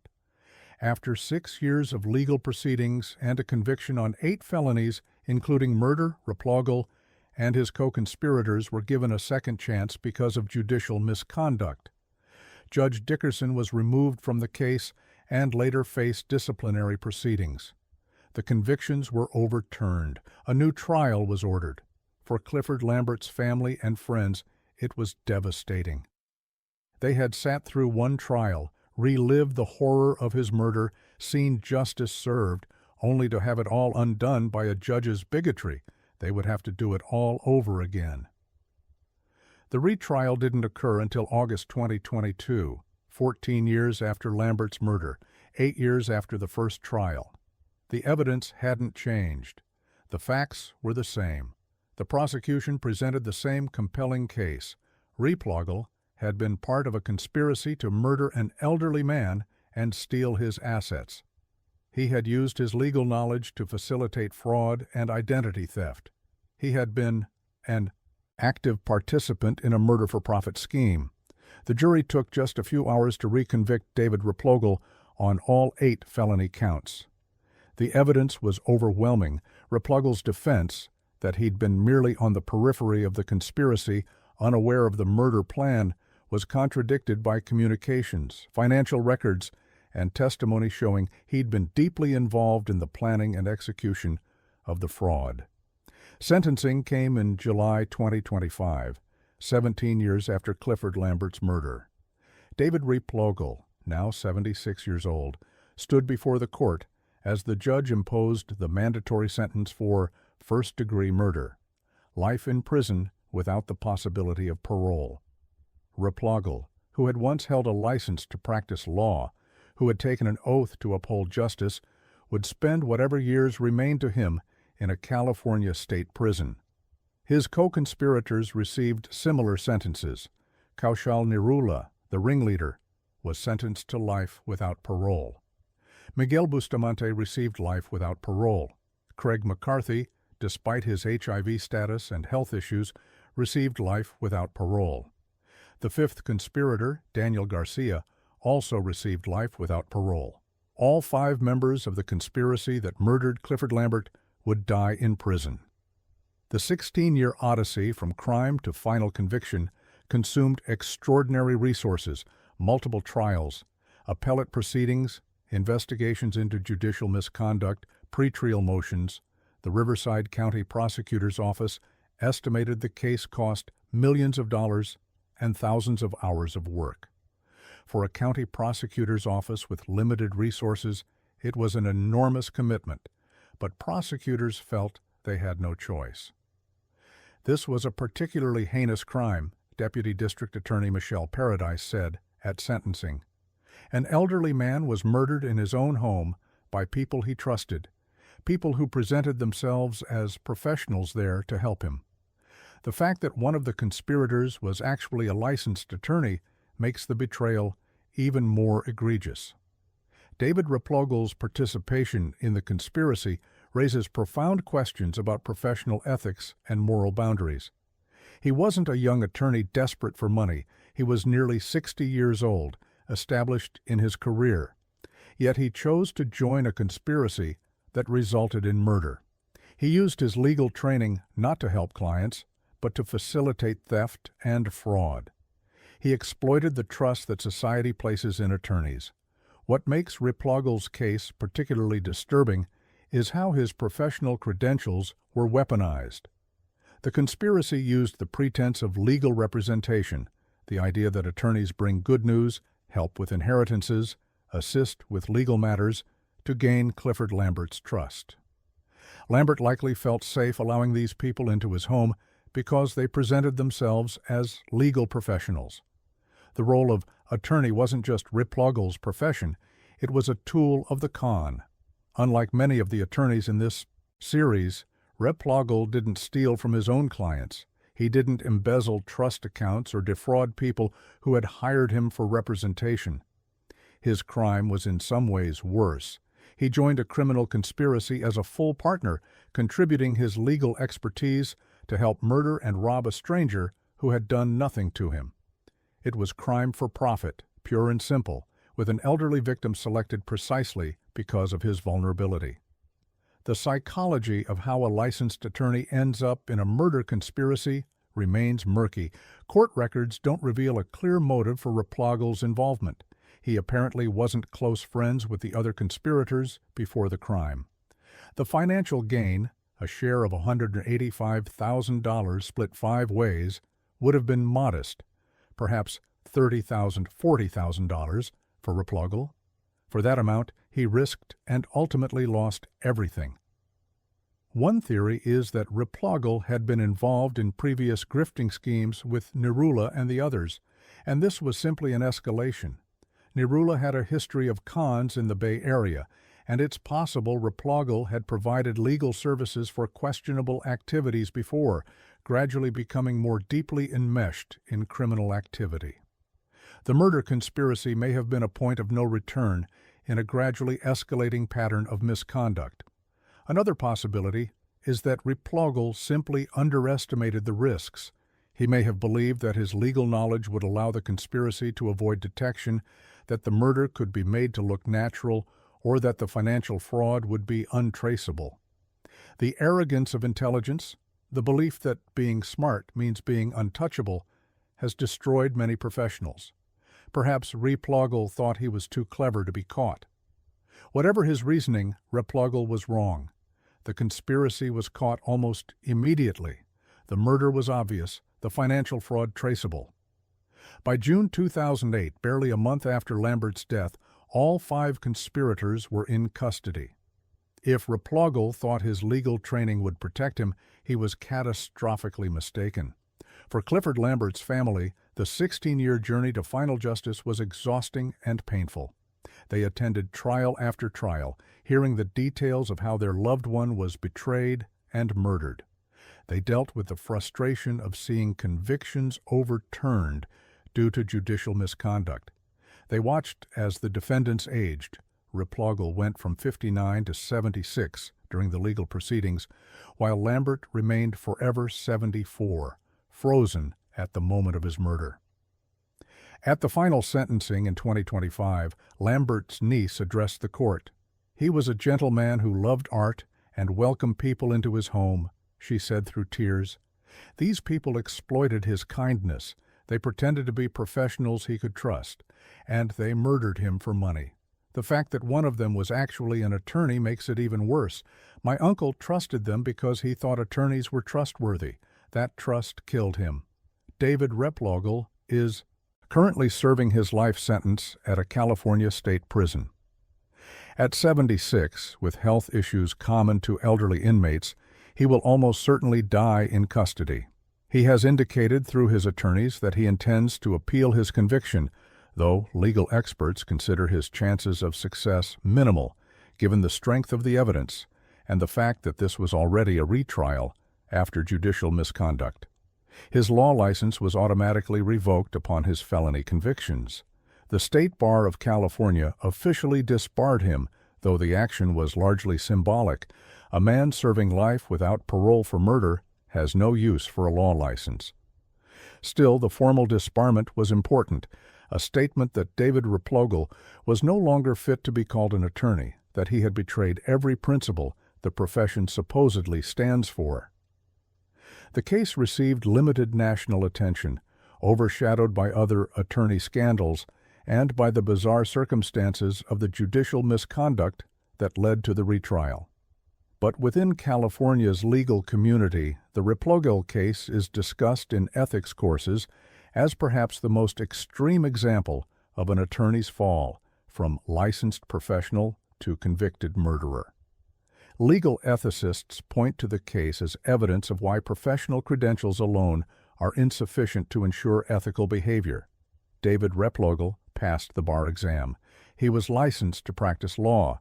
He presumably took professional responsibility courses and passed ethics examinations. Yet none of that prevented him from joining a conspiracy to murder an elderly man for money.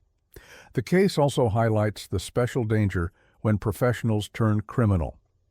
Attorneys have knowledge of how the legal system works, how to structure transactions, how to forge documents convincingly, how to exploit legal procedures. When that knowledge is weaponized for criminal purposes, it makes crimes more sophisticated and potentially harder to detect and prosecute. In Replogel's case, his legal expertise didn't ultimately help him avoid conviction.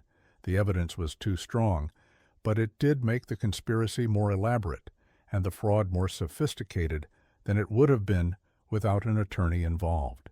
His participation elevated the crime from a simple murder-robbery to a complex scheme involving forged documents, identity theft, and attempted property transfers. 17 years after Clifford Lambert's murder, David Replogel sits in a California prison, life without parole stretching ahead of him. He went from a licensed attorney with a practice in San Francisco to a convicted murderer who will die behind bars. He traded whatever legitimate life he had for a share of $185,000 and a role in an elderly man's murder. The art dealer who trusted people presenting themselves as legal professionals is dead, stabbed in his own home by the very people he'd welcomed. The attorney who used his professional credentials as a tool for murder is imprisoned forever. His name, synonymous with one of the most shocking betrayals of professional ethics in California legal history. It took 16 years, 2 trials, millions in taxpayer dollars, and extraordinary perseverance by prosecutors. But in the end, justice was served. David Replogel, the San Francisco attorney who joined a murder conspiracy, will spend the rest of his life exactly where he belongs, in a cell, stripped of his profession, his freedom, and any claim to the title of attorney, a title that carries obligations he violated in the most horrific way possible.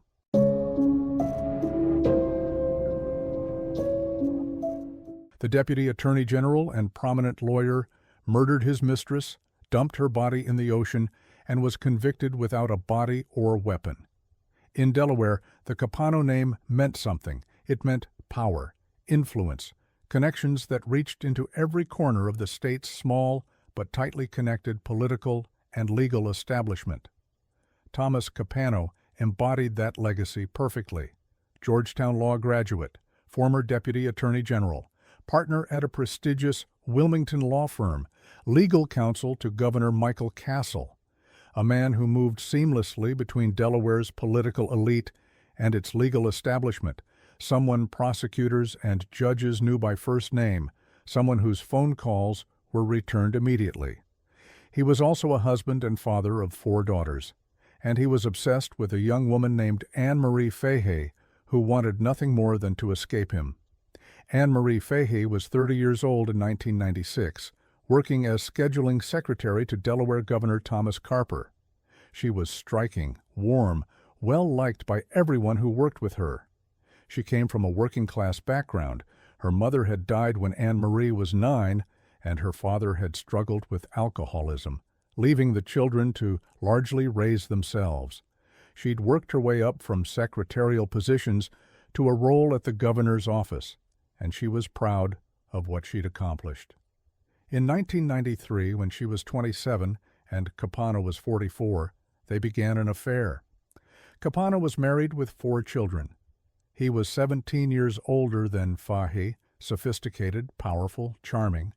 He lavished attention on her, took her to expensive restaurants, gave her gifts, made her feel special. For a young woman who'd grown up with little and struggled with insecurity and an eating disorder, the attention from someone so prominent was intoxicating. But the relationship quickly became toxic. Capano was controlling, obsessive, demanding. He wanted to know where Anne Marie was at all times, who she was with, what she was doing. He monitored her friendships. He became jealous and possessive. When she tried to pull away, he would manipulate her with gifts, declarations of love, or veiled threats. He bought her a car, a way to help her, he said, but also a way to maintain connection and control. By 1995, Anne Marie wanted out. She'd begun seeing a younger man, Michael Scanlon, an aide to Governor Carper. She was trying to build a healthier relationship, one without the control and obsession. She told friends she was afraid of Capano, that he wouldn't let her go. But she was determined to end it. Capano couldn't accept it. In his mind, Anne Marie belonged to him. He'd invested too much, emotionally, financially, reputationally. She knew too much about him, his affairs, his secrets. And she was choosing someone else, someone younger, someone who wasn't Tom Capano. For a man accustomed to getting what he wanted, for someone whose ego was wrapped up in power and control, Anne Marie's rejection was intolerable. The evening of June 27, 1996, Capano took Anne Marie to dinner at a Philadelphia restaurant called Panorama. Surveillance video captured them entering the restaurant together at 6:30 p.m. They had dinner, drank wine, appeared to be having a pleasant conversation. They left around 9 p.m. Capano drove Anne Marie back to Wilmington in his Jeep Cherokee. She was never seen alive again. When Anne Marie didn't show up for work the next day, highly unusual for someone so responsible, colleagues became concerned. Her apartment was locked, her car in the parking lot, her purse inside. By June 29th, her friends and family reported her missing. Delaware State Police began investigating. From the beginning, investigators focused on Tom Capano. He'd been the last person to see Anne Marie, according to her friends who knew about the relationship. When police interviewed him, Capano was cooperative, charming, helpful. Everything you'd expect from a prominent attorney. He told them he'd dropped Anne Marie off at her apartment around 10 p.m. on June 27th, that she was going out with friends afterward. He seemed concerned about her disappearance, offered to help with the investigation. But his story had problems. Anne Marie's friend said she hadn't planned to meet anyone that night. The time Capano claimed to have dropped her off didn't match with the dinner timeline.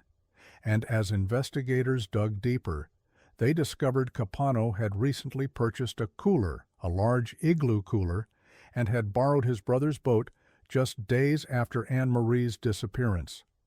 Prosecutors began building a case on circumstantial evidence.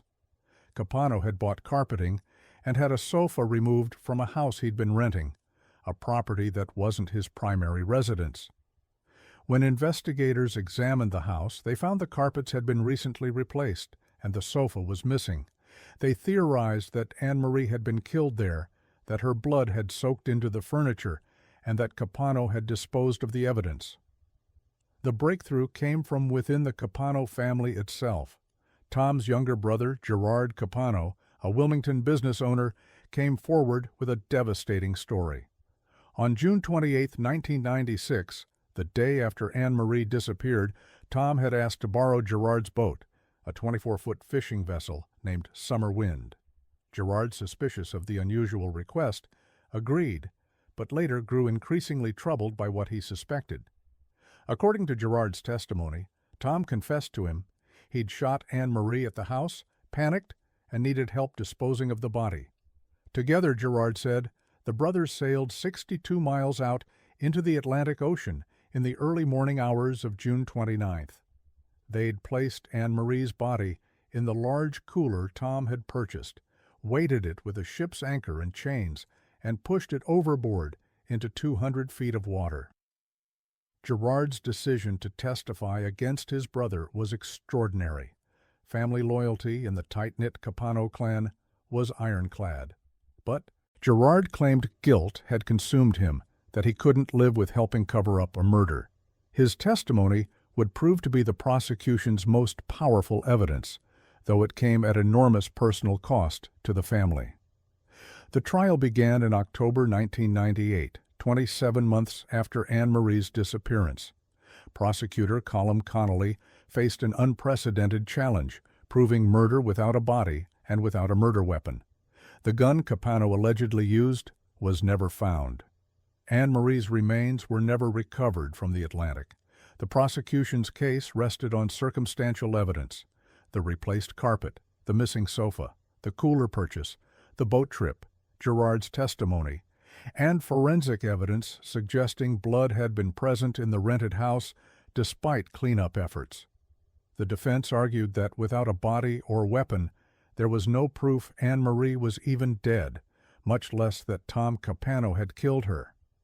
They suggested she might have disappeared voluntarily, overwhelmed by her struggles with bulimia and depression. They attacked Gerard's credibility, suggesting he was lying to save himself from prosecution.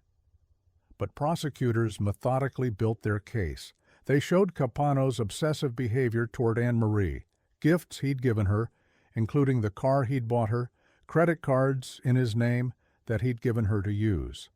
They presented testimony from Anne Marie's friends and therapist about her fear of Capano and her determination to end the relationship. They demonstrated that Capano had lied repeatedly to police about his movements on June 27th and 28th. Most damaging were the purchases Capano had made in the weeks surrounding Anne Marie's disappearance: the cooler, purchased just before her death, the replacement carpet, the new sofa. Prosecutors argued these weren't coincidences. They were the actions of a man covering up a murder. Tom Capano took the stand in his own defense, a decision that proved catastrophic. He admitted the affair but claimed Anne Marie had died accidentally. According to his testimony, they'd argued at the house on June 27th. Anne Marie had pulled a gun from her purse, a gun Capano claimed she'd brought with her, and threatened to kill herself. They struggled over the weapon, and it discharged, killing her instantly. Panicked, Capano said he called his brother, and together they disposed of the body. The story was implausible on its face. Why would Anne Marie bring a gun to dinner? Why would she threaten suicide during what appeared to be a normal evening? If her death was truly accidental, why not call 911? Why the elaborate disposal of the body at sea? Why replace carpets and furniture? Prosecutors tore apart Capano's testimony. They showed he'd told different versions of events to different people. They demonstrated that his accidental shooting story contradicted physical evidence. They pointed out that everything Capano had done after Anne Marie's death, the cleanup, the disposal, the lies to police, was consistent with murder, not with an accident. On January 17, 1999, after 6 days of deliberation, the jury convicted Thomas Capano of first-degree murder. It was the first time in Delaware history that a defendant had been convicted of murder without prosecutors producing a body or a weapon. The verdict was a vindication of Colum Connolly's prosecution and a testament to how overwhelming circumstantial evidence can overcome the absence of direct physical proof. The penalty phase was equally dramatic. Under Delaware law at the time, a unanimous jury was not required for a death sentence, only a majority vote. The jury voted 10-2 to sentence Capano to death.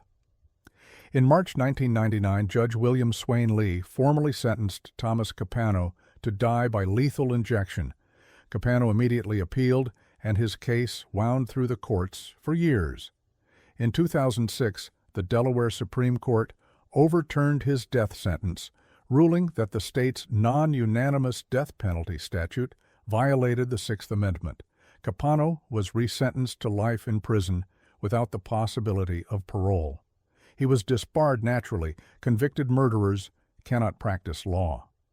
The man who'd once been Deputy Attorney General, who'd prosecuted criminals, who'd advised governors, was now inmate, Lajas by 567 at James T. Vaughn Correctional Center in Smyrna, Delaware.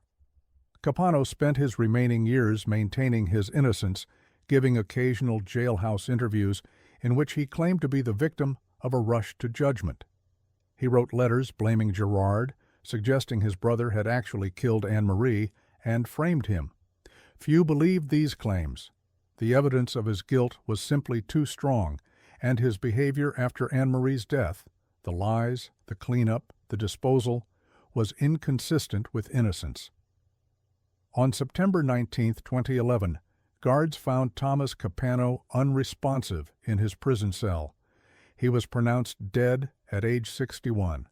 The medical examiner ruled the death was from natural causes, heart disease. He died never having admitted to murder, never having shown remorse, never having revealed where Anne Marie's body might be found if it still existed after 15 years in the Atlantic Ocean. For Anne Marie Fahey's family, Capano's death brought mixed emotions. Her sister, Kathleen Fahey Hosey, spoke at his sentencing years earlier. He had it all. He had a family. He had a career. He had money. But he didn't have Anne Marie the way he wanted her, so he decided she had to die. Capano's death meant there would never be a confession, never be information that might help locate Anne Marie's remains, never be the closure that comes from an admission of guilt. The case became a landmark in American criminal law. Law schools study State versus Capano as an example of how circumstantial evidence can support a murder conviction without a body or weapon.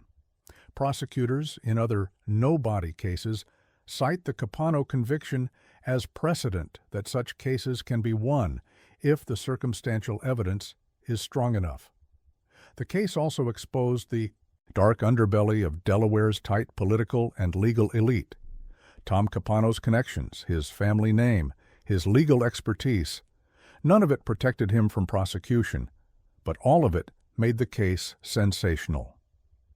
Delaware is a small state where the powerful know each other, where social and professional circles overlap, where a former deputy attorney general being prosecuted for murder sent shockwaves through every institution. Anne Marie's murder became the subject of books, most notably Fatal Embrace by Chris Barish and Peter Meyer, and multiple television documentaries. The case captured public fascination not just because of the prominent defendant, but because of the victim, a young woman trying to escape a controlling relationship who was murdered by the powerful man who refused to let her go. Psychologists who studied the case pointed to Capano as a textbook example of narcissistic personality disorder manifesting in lethal violence. He believed he was entitled to Anne Marie, that her rejection was a narcissistic injury he couldn't tolerate. His power, his prominence, his legal knowledge, all of it reinforced his belief that he could do what he wanted without consequences.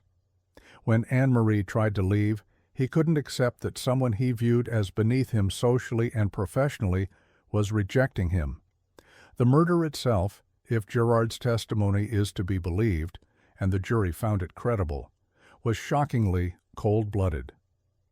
Capano shot Anne Marie, then calmly made arrangements to dispose of her body. He enlisted his brother's help. He sailed 62 miles out to sea in the middle of the night. He pushed the cooler containing her body overboard and returned to shore as if nothing had happened.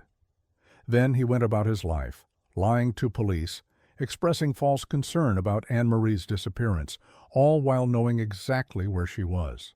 For Gerard Capano, the decision to testify against his brother destroyed him. The Capano family ostracized him. His business suffered.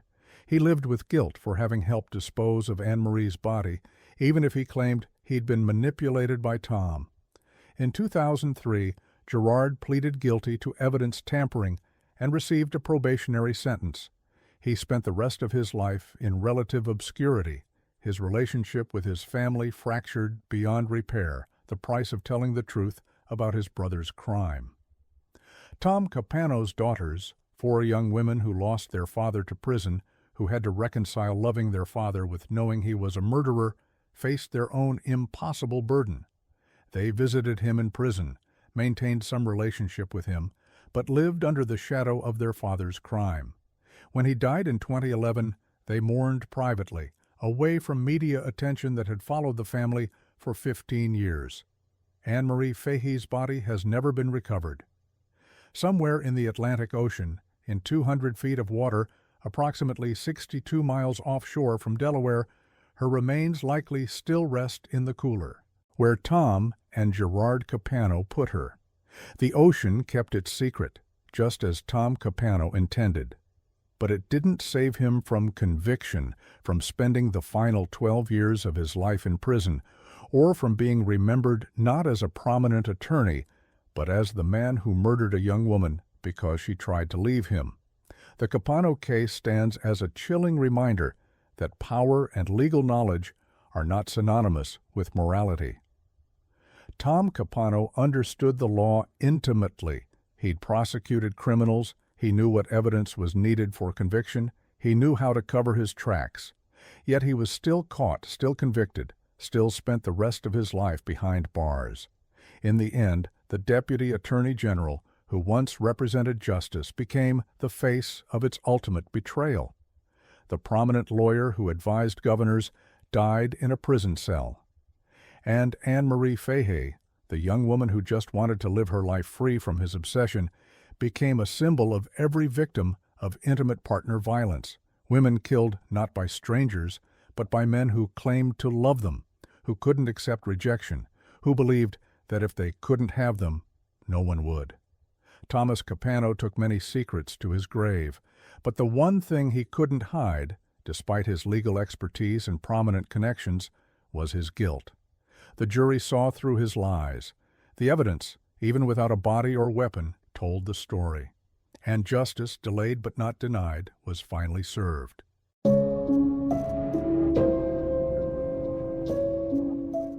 The Democratic power broker attorney and his partner bribed Mississippi judges with low-interest loans to secure favorable rulings in cases.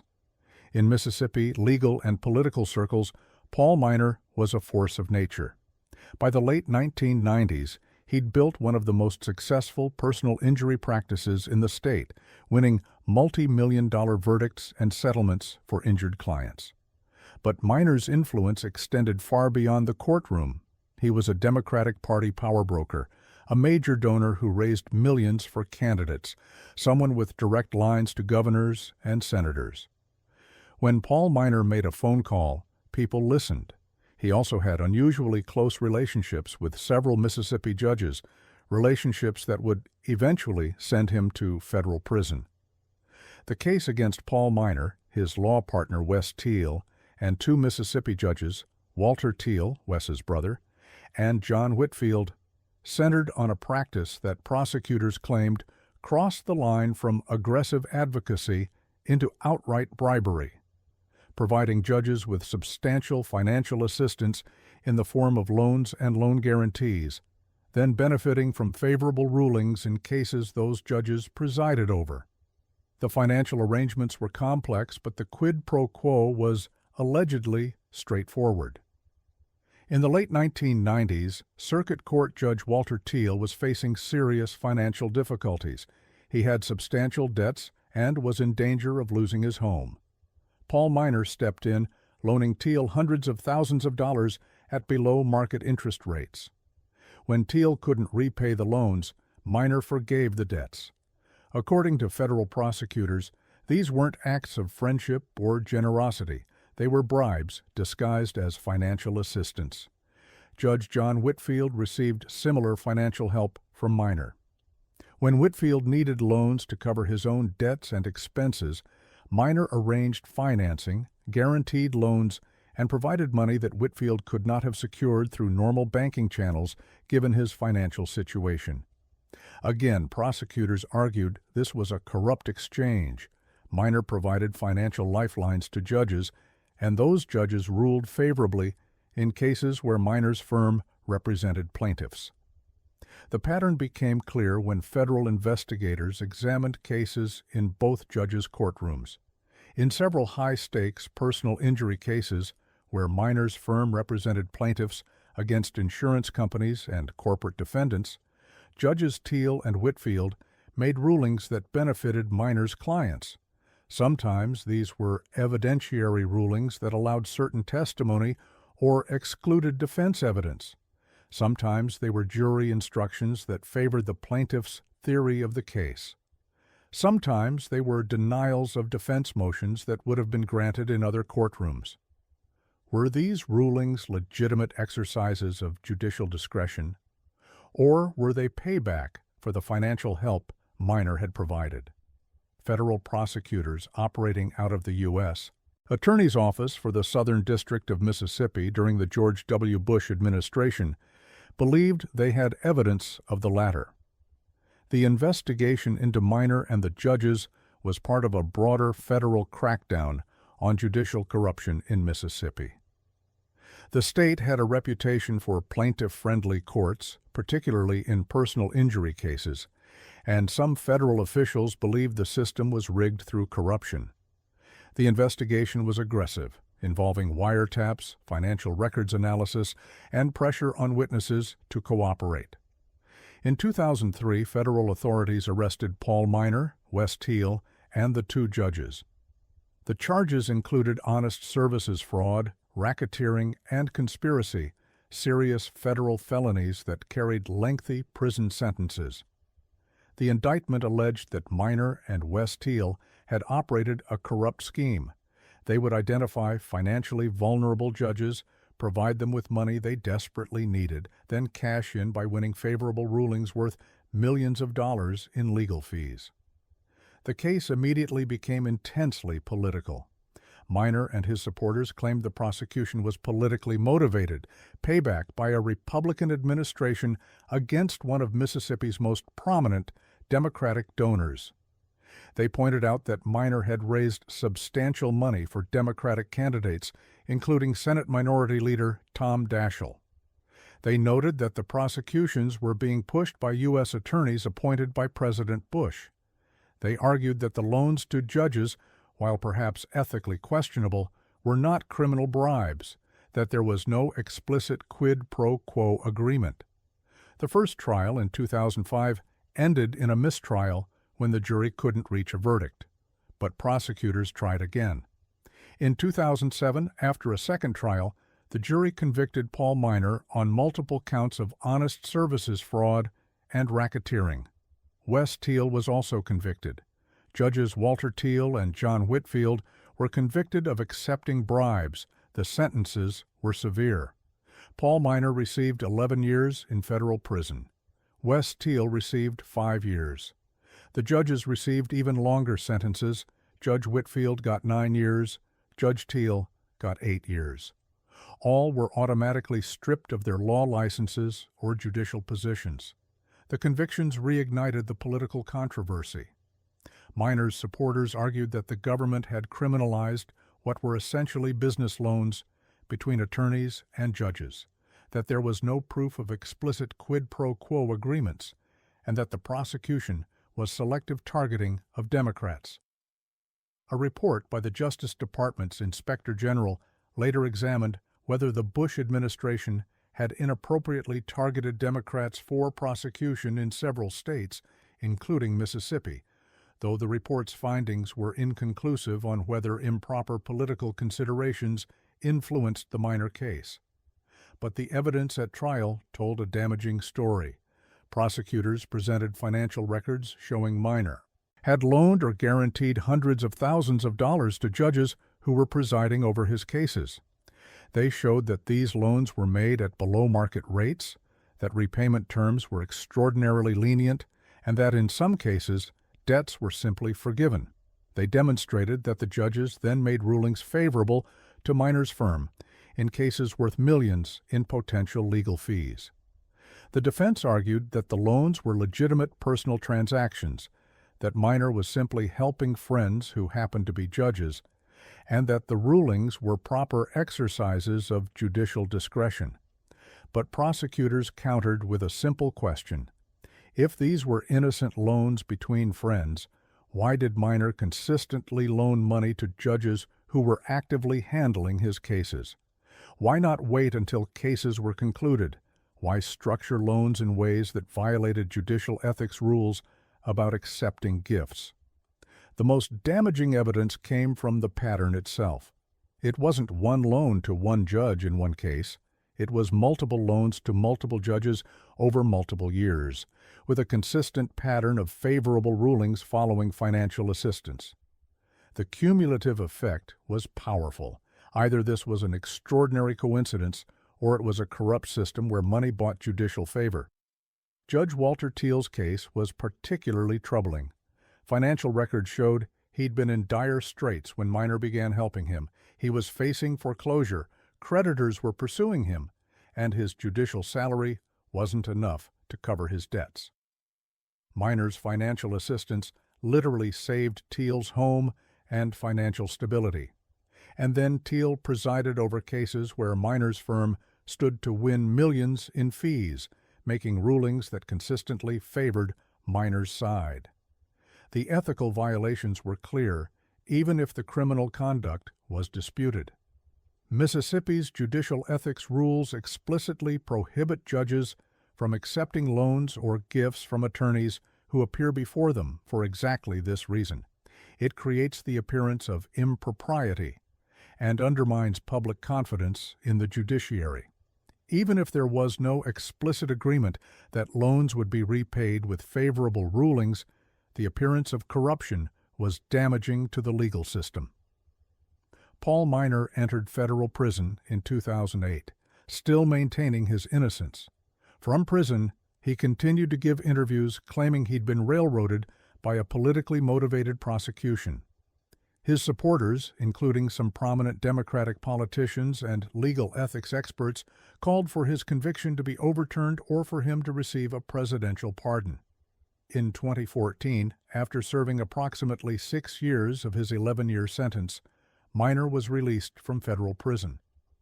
President Obama did not pardon him, despite appeals from supporters, though his sentence was reduced for good behavior and other factors. He returned to Mississippi, disbarred and unable to practice law, his reputation in tatters, his fortune largely depleted by legal fees and restitution payments. Wes Thiel served his sentence and was also released and disbarred. The two judges served their terms as well. Judge Whitfield was released in 2016, Judge Walter Thiel in 2017. All were permanently barred from the legal profession and, in the judges' cases, from ever holding judicial office again. The Miner case remains controversial more than a decade later. To his supporters, Paul Miner is a victim of political prosecution, a successful Democratic attorney targeted by a Republican administration seeking to damage the Democratic Party in Mississippi. They point to the lack of explicit quid pro quo evidence, the reliance on circumstantial patterns, and the broader context of alleged politically motivated prosecutions during the Bush years. To prosecutors and many legal ethics experts, Miner is a corrupt attorney who bought judicial favor through carefully structured financial arrangements that kept judges beholden to him. They point to the clear pattern of loans followed by favorable rulings, the violation of judicial ethics rules, and the testimony of witnesses who describe the relationships as corrupt. The truth, as is often the case in complex white-collar prosecutions, likely contains elements of both narratives. There's little doubt that Miner's loans to judges violated judicial ethics rules and created serious appearance of impropriety problems. There's also little doubt that the judges who accepted his money and then ruled on his cases violated their oaths and undermined public confidence in the judiciary. Whether these ethical violations rose to the level of criminal bribery, whether there were explicit or implicit agreements that loans would be repaid with favorable rulings, is a harder question. The jury concluded that they did, based on the pattern of conduct and the circumstantial evidence. But reasonable people, including some legal experts, continue to debate whether the government proved criminal intent beyond a reasonable doubt or merely proved unethical conduct. The political dimension adds another layer of complexity. It's true that Miner was a prominent Democratic donor and that the prosecution came during a Republican administration that was later accused of politicizing the Justice Department. It's also true that Mississippi's legal culture, particularly in personal injury litigation, was seen by many as problematic, with extremely plaintiff-friendly courts that some believed were influenced by inappropriate relationships between trial lawyers and judges. The case led to reforms in Mississippi's judicial ethics oversight. The state strengthened rules about financial relationships between attorneys and judges, improved monitoring of judicial conduct, and increased transparency around judicial finances. The Mississippi State Bar implemented stricter rules about attorney gifts to judges and mandated more rigorous ethics training. For Paul Miner personally, the case destroyed everything he'd built. He went from being one of Mississippi's most successful and influential attorneys to a convicted felon unable to practice law. His fortune was largely gone, spent on legal defense and restitution. His reputation was permanently tarnished. His influence in Democratic politics, once substantial, evaporated. He continues to maintain his innocence, giving occasional interviews where he argues the prosecution was unjust. "I helped friends who needed help," he said in one interview. "I never asked for anything in return. I never got favorable treatment. The government manufactured a corruption case out of legitimate business transactions because they wanted to hurt the Democratic Party in Mississippi. But prosecutors see it differently."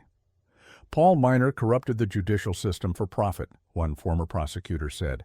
He systematically targeted financially vulnerable judges, provided them with money they desperately needed, and then benefited from their rulings in ways that made him millions.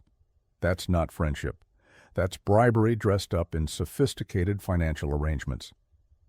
The victims in Miner's case weren't individuals he stole from. They were the citizens of Mississippi, whose faith in their judicial system was undermined by corrupt relationships between attorneys and judges. When people believe courts are for sale, when they think justice goes to whoever has the best relationship with the judge rather than whoever has the best case, the entire legal system suffers. The Miner case also highlighted how white-collar corruption often operates through sophisticated financial arrangements rather than crude cash-for-favors exchanges. Miner didn't hand judges envelopes of cash in exchange for rulings. He structured loans through banks, created paper trails that looked legitimate on the surface, and maintained plausible deniability. It was corruption by educated people who understood how to make illegal activity look legal. Today, Paul Miner lives quietly in Mississippi, out of the public eye, a cautionary tale about the consequences of crossing ethical lines, whether you view him as a corrupt attorney who got caught or a political target who was prosecuted unjustly. His case remains a subject of debate in legal ethics courses, in discussions about political prosecution, and in conversations about judicial corruption. The judges who accepted his money and ruled on his cases have their own legacies to live with. They went from respected members of the judiciary to convicted felons, their careers destroyed, their reputations ruined, serving years in federal prison for violating the trust placed in them by the citizens they'd sworn to serve. And Mississippi's legal system was forced to confront uncomfortable truths about the relationships between powerful attorneys and the judges who decide their cases, about the corrupting influence of money in the justice system, and about how easily ethical lines can be crossed when financial interests align with judicial decisions. Whether Paul Miner was a victim of political persecution or a perpetrator of judicial corruption may never be fully resolved to everyone's satisfaction. But one thing is certain: his case demonstrates that even sophisticated attorneys with powerful political connections cannot indefinitely sustain corrupt relationships with judges without eventually facing consequences, even if those consequences come years later, even if they're wrapped in political controversy, and even if the convicted never accept that what they did was wrong. I appreciate you catching that. You're right. Upon reflection, the Jack Early case doesn't fit well with the other attorney misconduct cases in this series, as the allegations against him were different in nature and the circumstances were more ambiguous. Would you like me to write a different Case 11? Here are some alternative attorney misconduct cases that would fit better with the series. Option 1, Larry Nassar's Enablers, Michigan attorneys, MSU officials, attorneys who helped cover up or failed to act on Nassar's abuse for years. Option 2, Prenda Law, John Steele, Paul Hansmeier, Paul Duffy, attorneys who ran Copyright Troll Scheme, uploading porn themselves, then suing downloaders. Option 3, Roy Black and other attorneys in Jeffrey Epstein case, various attorneys who negotiated the controversial plea deal or enabled his crimes. Option 4, William Arimony's attorney, United Way scandal attorney involved in massive charity fraud. Option 5, Richard Fine, Los Angeles. Attorney jailed for contempt for refusing to pay sanctions, claimed judicial corruption. Option 6, Clark Rockefeller, Christian Gerhardt's writers' attorneys, the imposter who conned his way through life, though this focuses more on the criminal than attorney misconduct. Which direction would work best for Case 11, or would you like to suggest a different case entirely? I want to make sure we maintain the quality and consistency of the series.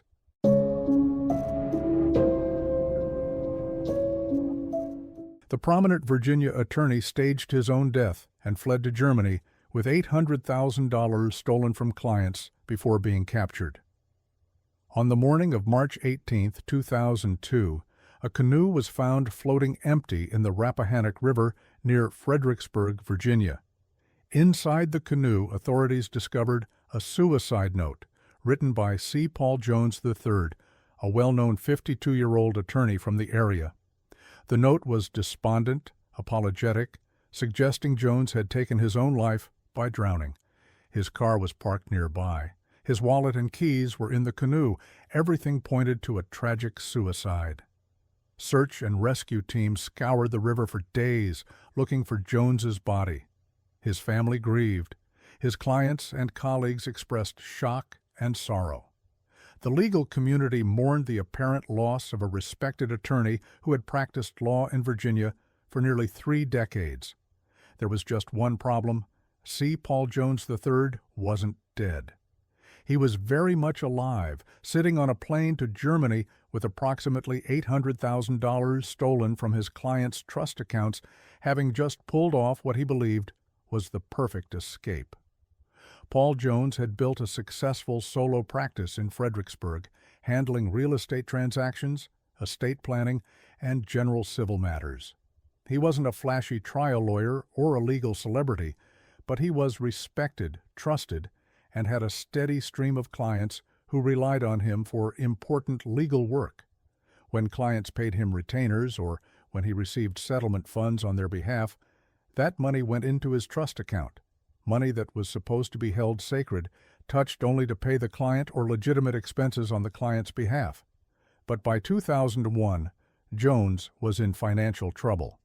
The details of his money problems were never fully disclosed, but court records suggest a combination of poor investments, personal expenses beyond his means, and perhaps gambling debts. Rather than scale back his lifestyle or address his financial problems honestly, Jones made a different choice. He began stealing from his clients. The embezzlement was straightforward. Jones would receive money into his trust account, payments from real estate closings, settlement funds, retainers, and instead of holding it for clients, he would transfer it to his personal accounts and spend it. When clients asked about their money, he would make excuses, delays in processing, complications with paperwork. The funds would be available soon. The classic Ponzi approach, using new client money to pay old clients while skimming the rest for personal use. By early 2002, Jones had stolen approximately $800,000, but the scheme was collapsing. Clients were becoming insistent about money owed to them. The Virginia State Bar was beginning to receive complaints. Bank records would eventually reveal the theft. Jones faced not just disbarment, but serious criminal charges, embezzlement, wire fraud, potentially decades in prison. So Jones decided to disappear. But he couldn't just leave. That would immediately trigger a manhunt and fraud investigation. He needed authorities and his family to believe he was dead, giving him time to get far away and establish a new identity before anyone realized he'd stolen the money. The plan he concocted was elaborate and, in retrospect, almost absurdly theatrical. On March 18, 2002, Jones drove to the Rappahannock River, launched a canoe, and paddled out. He then deliberately capsized the canoe, placed his wallet and keys inside, and left a suicide note expressing despair and apologizing to his family. He'd arranged for the canoe to be found, positioned in a spot where it would drift but remain visible to anyone searching the area. What Jones apparently didn't do was consider how difficult it is to successfully fake one's own death in the modern era. He'd left behind extensive financial records, digital trails, and a law practice whose trust account records would eventually be examined. He'd assumed that once authorities found the canoe and suicide note, they'd conduct a brief search, conclude he'd drowned, and close the case. He'd be legally dead, and by the time anyone discovered the missing client funds, he'd be long gone with a new identity in a foreign country. After staging the suicide scene, Jones made his way to Dulles International Airport, wet, disheveled, but very much alive, and boarded a flight to Frankfurt, Germany. He'd apparently chosen Germany, believing it would be difficult for U.S. authorities to track him there, and that extradition would be complicated.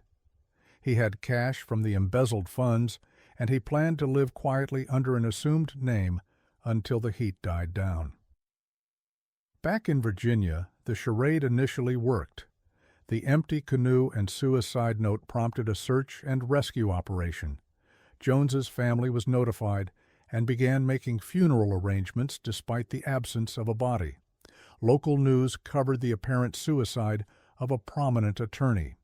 For a few days, Jones's plan seemed to be succeeding, but almost immediately things began to unravel. The Virginia State Bar, already investigating complaints about Jones's handling of client funds, didn't stop its investigation just because Jones appeared to be dead.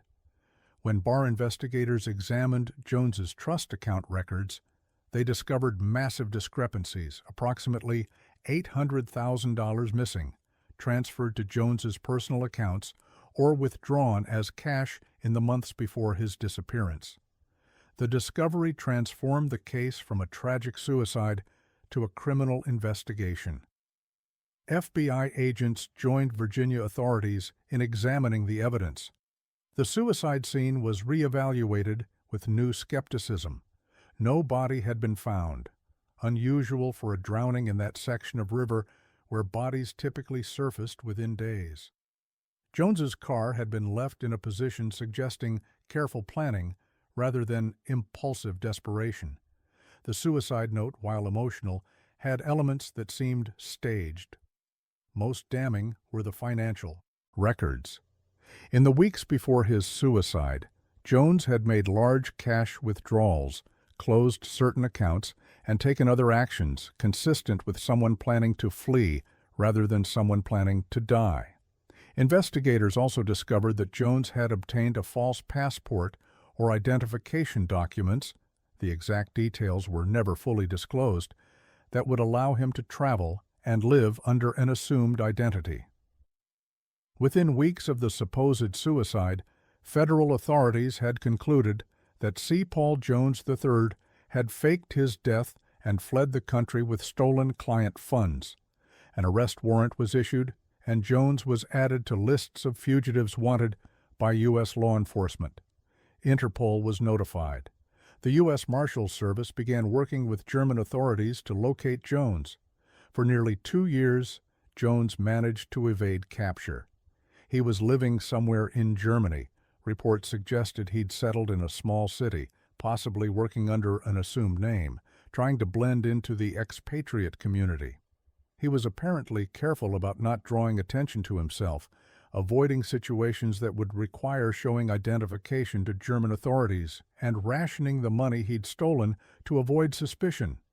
But living as a fugitive, even in a foreign country, is extraordinarily difficult. Every interaction with authorities is dangerous. Every new acquaintance is a potential threat. The paranoia, the isolation, the constant fear of being recognized, it takes a psychological toll. And Jones, who'd lived his entire adult life as a respected attorney in Virginia, wasn't particularly suited for life as an international fugitive. In 2004, German authorities, working with U.S. law enforcement, located Jones. The exact circumstances of his capture were never fully publicized, but reports suggested someone had recognized him or that his use of false documents had triggered an investigation. On a day in 2004, 2 years after he'd supposedly drowned in the Rappahannock River, C. Paul Jones III was arrested by German police. The extradition process took several months. Jones fought it, arguing that he faced persecution in the United States, but German courts rejected his arguments. In late 2004, Jones was returned to Virginia to face federal charges of embezzlement, wire fraud, and related crimes. The trial was swift. Jones had no viable defense. The evidence was overwhelming: trust account records showing the stolen money, testimony from victims about funds they'd never received, the staged suicide scene, his flight to Germany, his use of false documents. Jones pleaded guilty to avoid trial, hoping for leniency in sentencing. At his sentencing hearing in 2005, federal prosecutors asked for a significant prison term, arguing that Jones had not only stolen from vulnerable clients, but had put his family through the trauma of believing he was dead, had wasted law enforcement resources on a fake suicide investigation, and had shown extraordinary premeditation in planning his escape.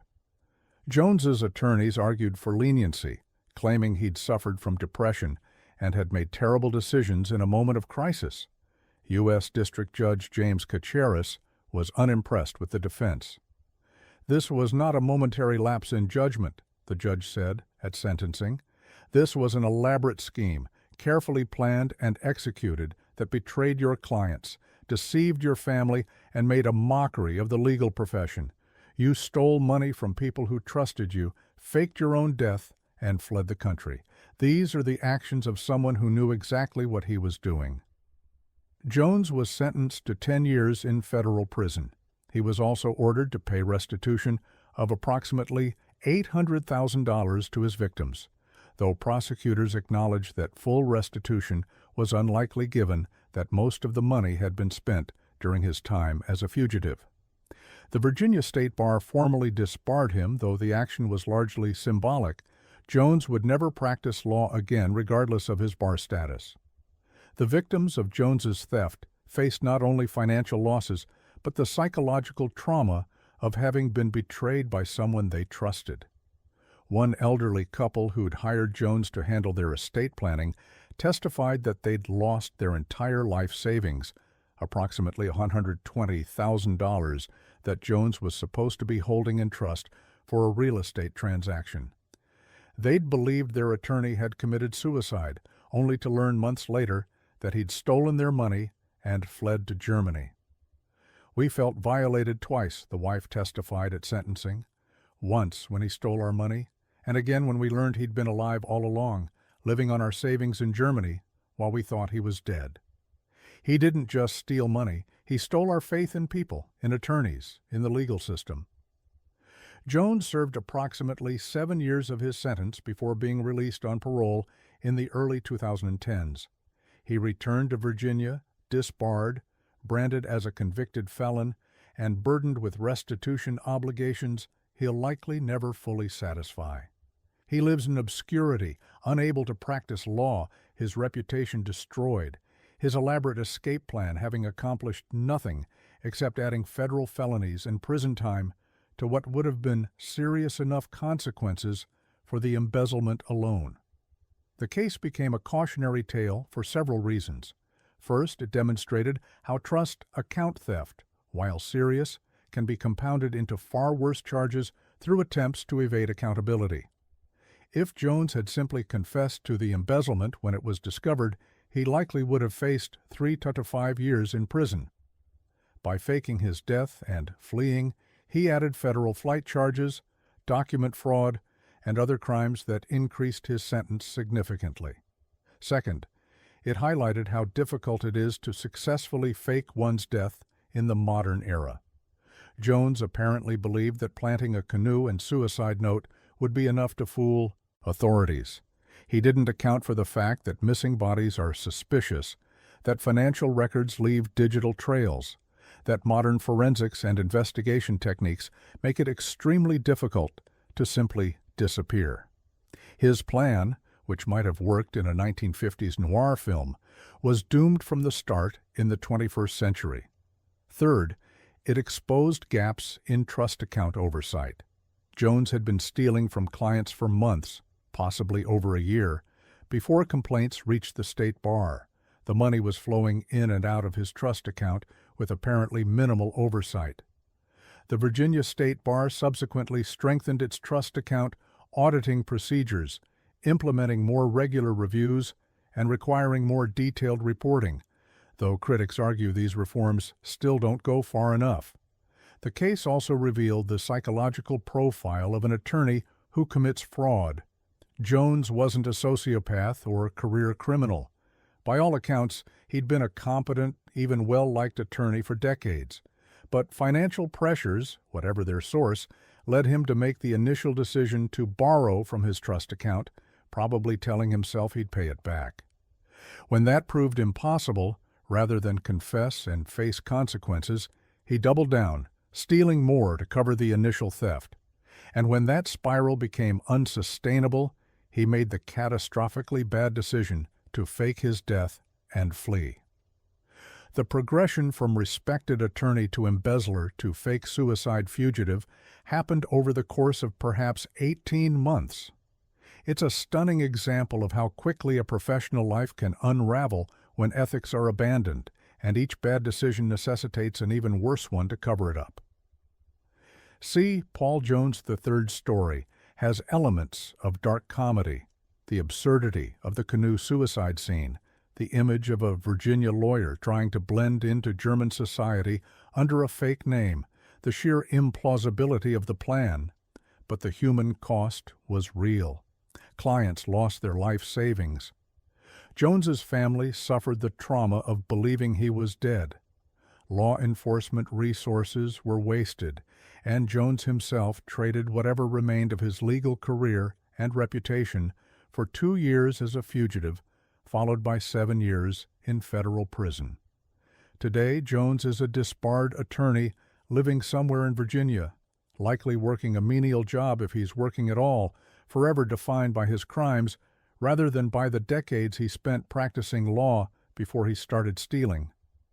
The elaborate escape plan that was supposed to give him a new life in Germany gave him nothing but additional felony convictions and a place in legal ethics textbooks as an example of how not to handle an embezzlement crisis. The case raises a question that echoes through many of these stories. At what point could Jones have stopped the cascade of terrible decisions? When he first borrowed from his trust account, he could have immediately confessed, made restitution, and faced disciplinary action, but probably avoided prison.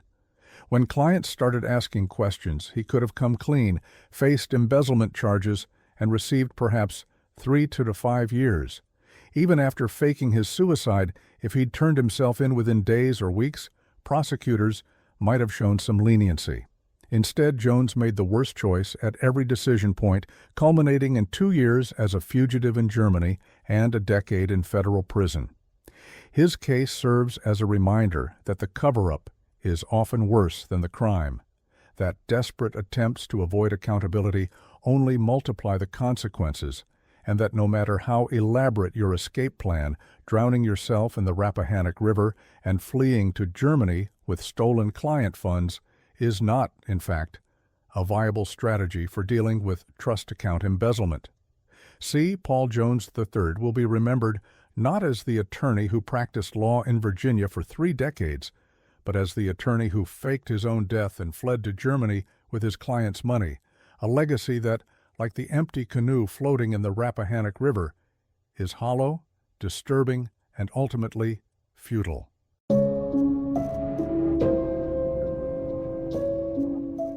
Case 12, Joel Steinberg, New York, 1987.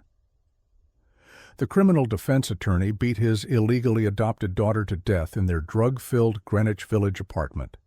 Key details: perpetrator, Joel Steinberg, 46, criminal defense attorney known for representing drug dealers. Victims: Lisa Steinberg, 6, illegally adopted daughter, also abused partner, Hedda Nussbaum.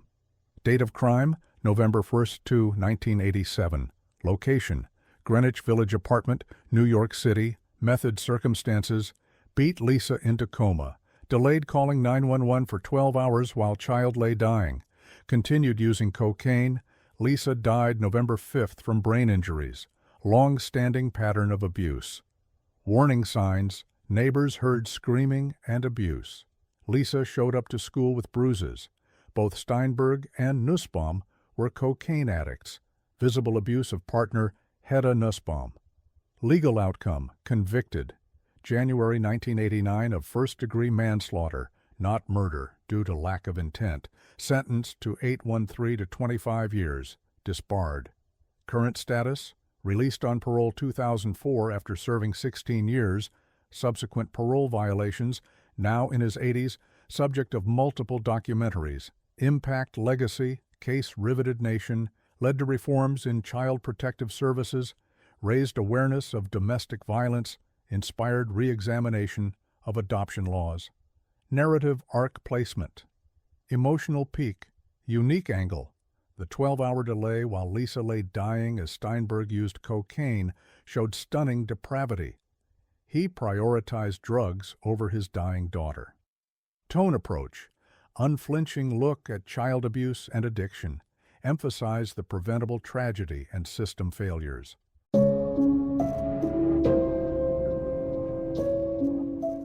The prominent New York attorney murdered his third wife, dismembered her body, and hid the remains throughout Manhattan. On the evening of September 30, 1988, Bonnie Winnick, a 45-year-old woman living on Manhattan's Upper East Side, had an argument with her husband. It was the kind of domestic dispute that happens in marriages, voices raised, tensions flaring, words said in anger. But this argument would end with Bonnie dead, her body dismembered, and her remains scattered in garbage bags across New York City. Her husband, Ephraim Larry Winnick, was a 56-year-old attorney with a successful practice in Manhattan. He was educated, professional, respected in legal circles. He'd been married twice before, both marriages ending in divorce. Bonnie was his third wife, and by 1988, their marriage was troubled. They argued frequently about money, about his children from previous marriages, about the usual stresses that accumulate in relationships. Friends knew the marriage was rocky, but no one expected violence. Certainly, no one expected murder. What happened in the Winnick's apartment on September 30th will never be fully known.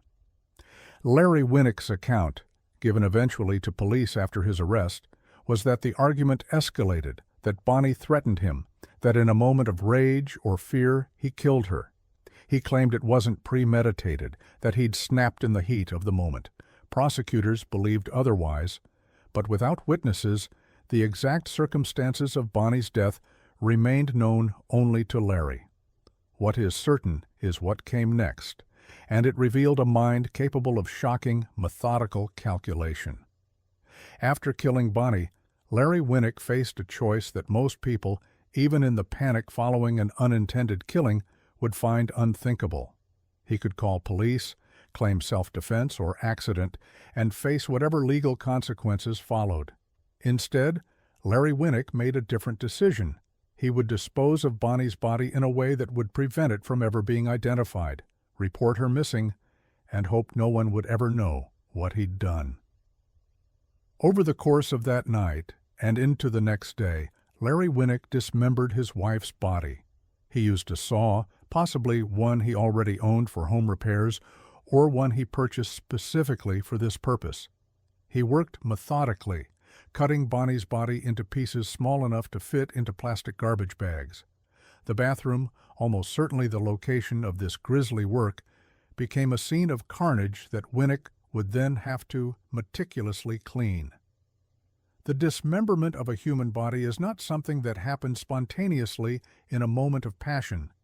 It requires sustained effort, focus, and a horrifying willingness to treat what was once a living person, someone you married, lived with, presumably once loved, as nothing more than a problem to be solved. It takes hours, it's physically demanding, and every cut, every moment, is an opportunity to stop, to reconsider, to choose differently. Larry Winnick didn't stop. He continued until Bonnie's body had been reduced to pieces that could be hidden, transported, and disposed of without detection. Once the dismemberment was complete, Winnick began the process of disposal. He placed the body parts in plastic garbage bags, the kind available in any store, anonymous and unremarkable.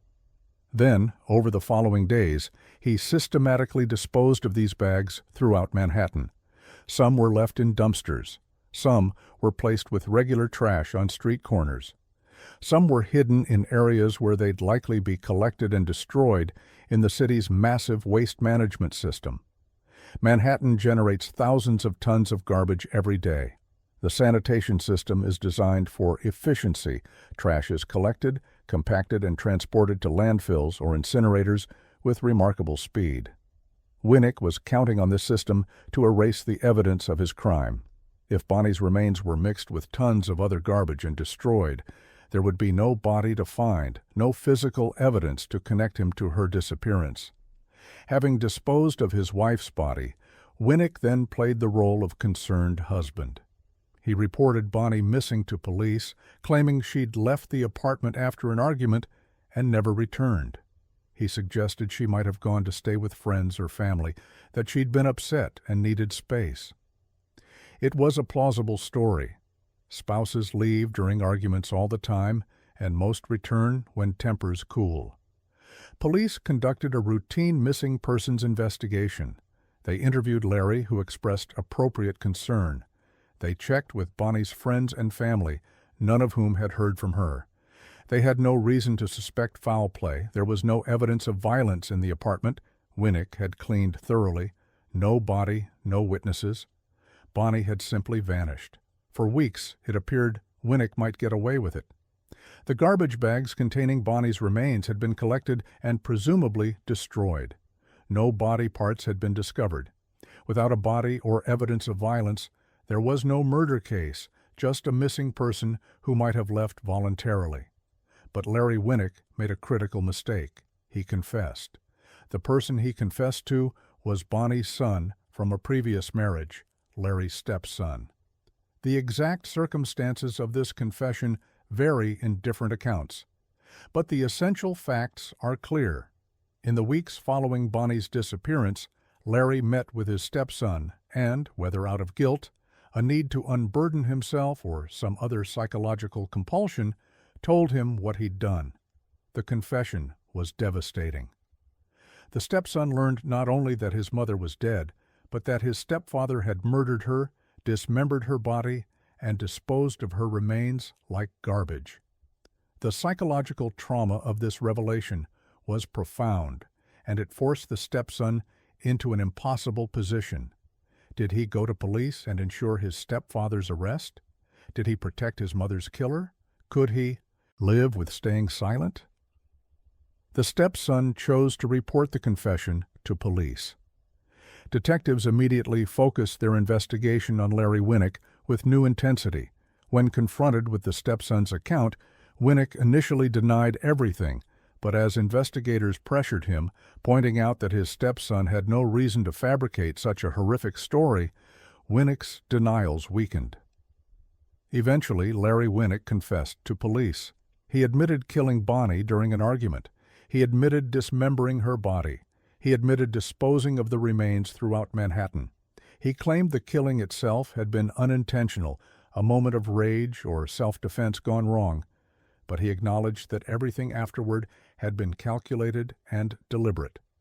The confession gave prosecutors what they needed to file murder charges, but it also created challenges.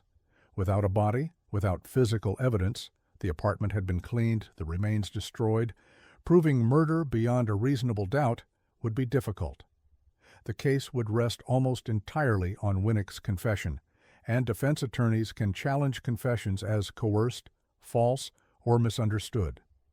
But Larry Winnick apparently understood that fighting the charges would likely result in a more severe sentence if he lost. His confession to his stepson and to police couldn't be explained away. The details he'd provided, about the dismemberment, the disposal locations, the timeline were too specific to be fabricated, and a jury would likely react with horror to the methodical nature of his crime. In 1989, Larry Winnick pleaded guilty to second-degree murder. By pleading guilty, he avoided a trial and likely secured a somewhat lighter sentence than he would have received if convicted of first-degree murder after trial. He was sentenced to 18 years to life in state prison. The New York State Bar immediately moved to disbar him. A convicted murderer cannot practice law, and Winnick's disbarment was a formality, but an important one. The legal profession formally expelled one of its own, declaring that Larry Winnick was no longer fit to call himself an attorney. The case shocked New York's legal community. Larry Winnick wasn't a struggling solo practitioner or someone on the margins of the profession. He was a successful attorney with an established practice, someone colleagues knew and had worked with.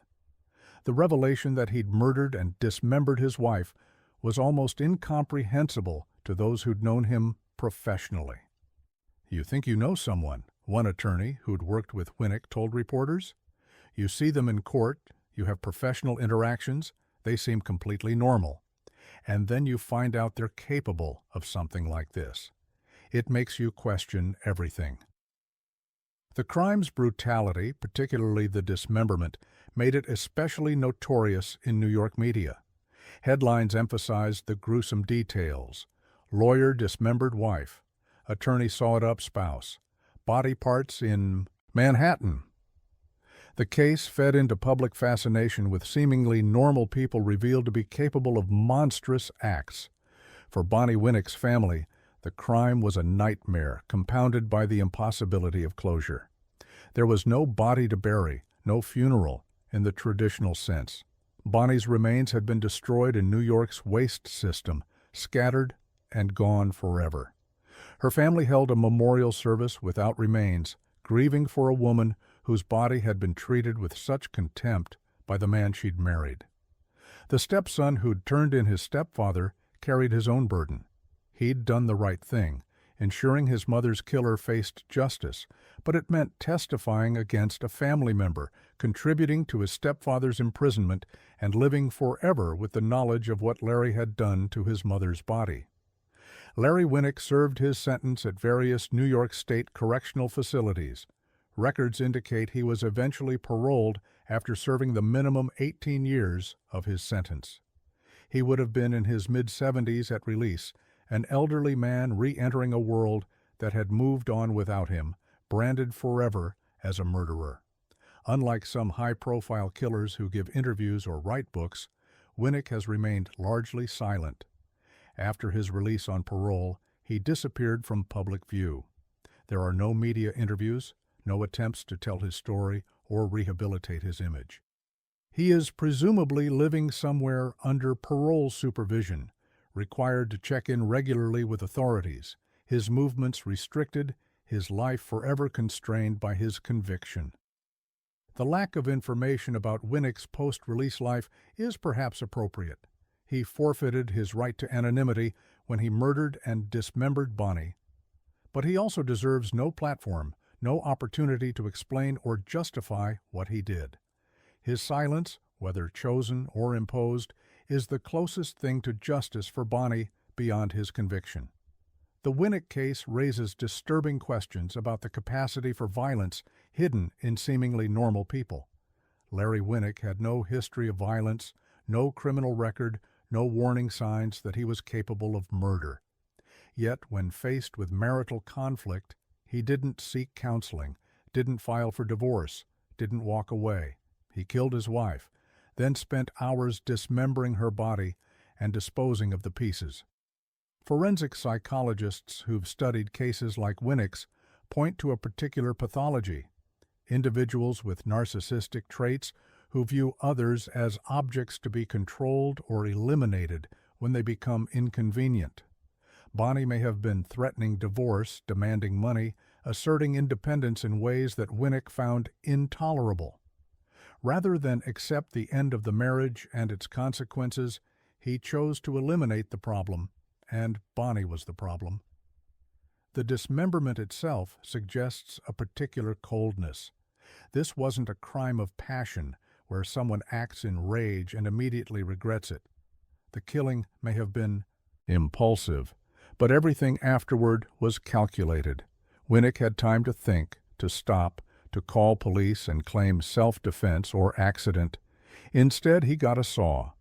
The methodical disposal of Bonnie's remains throughout Manhattan shows criminal sophistication. Winnick understood that concentrating evidence in one location increases the chance of discovery.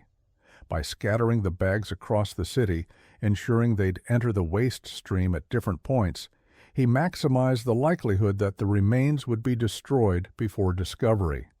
It was a strategy that nearly worked. If not for his confession, Bonnie might have remained missing forever, her fate unknown. For the detectives who worked the case, the confession provided both relief and frustration. They'd solved the murder, ensured Winnick faced justice, but they'd never recovered Bonnie's remains. There was no crime scene to process, no physical evidence to corroborate the confession. The case file, even after Winnick's conviction, had gaps that could never be filled. "You want to bring the victim home to the family," one investigator said years later. "You want them to have a burial, some kind of closure. With Bonnie Winnick, we couldn't give them that. Her husband made sure of it. He treated her body like garbage, literally. That's something you never forget."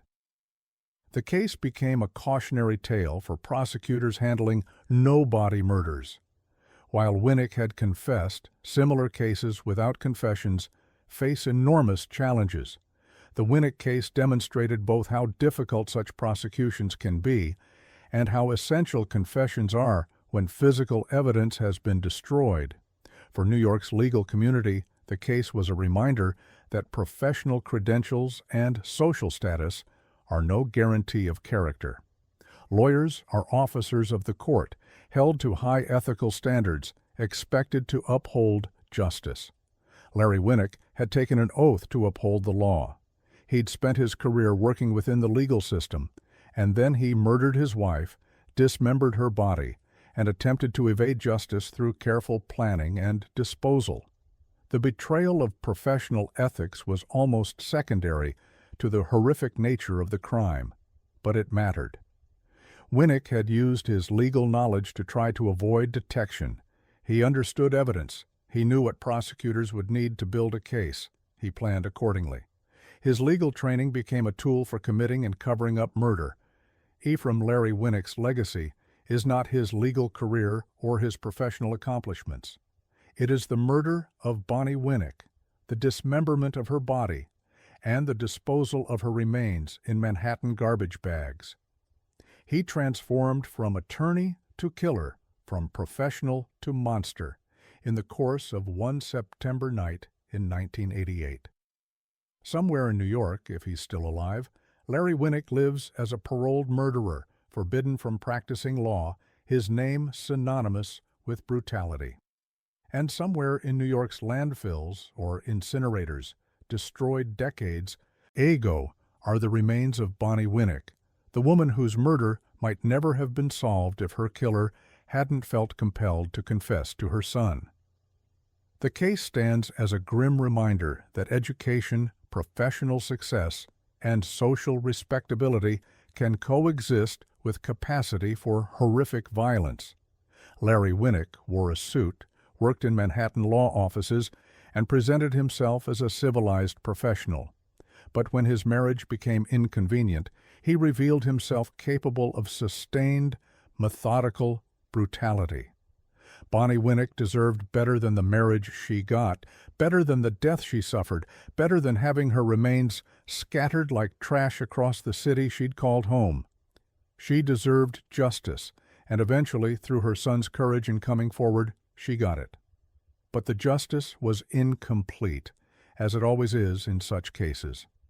Larry Winnick was punished, but Bonnie was still gone, her body destroyed, her life ended by the man who'd promised to love her. That is the legacy of Ephraim Larry Winnick, not a legal career, but a garbage bag in Manhattan, and the woman who deserved so much more than he gave her.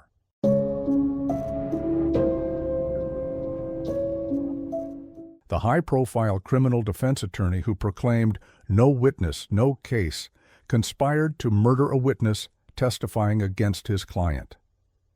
Paul Berggren knew exactly how the criminal justice system worked. He'd been a federal prosecutor in New Jersey, a U.S. Army major who'd served in the Judge Advocate General's Corps, and a decorated officer who'd prosecuted cases at Fort Benning.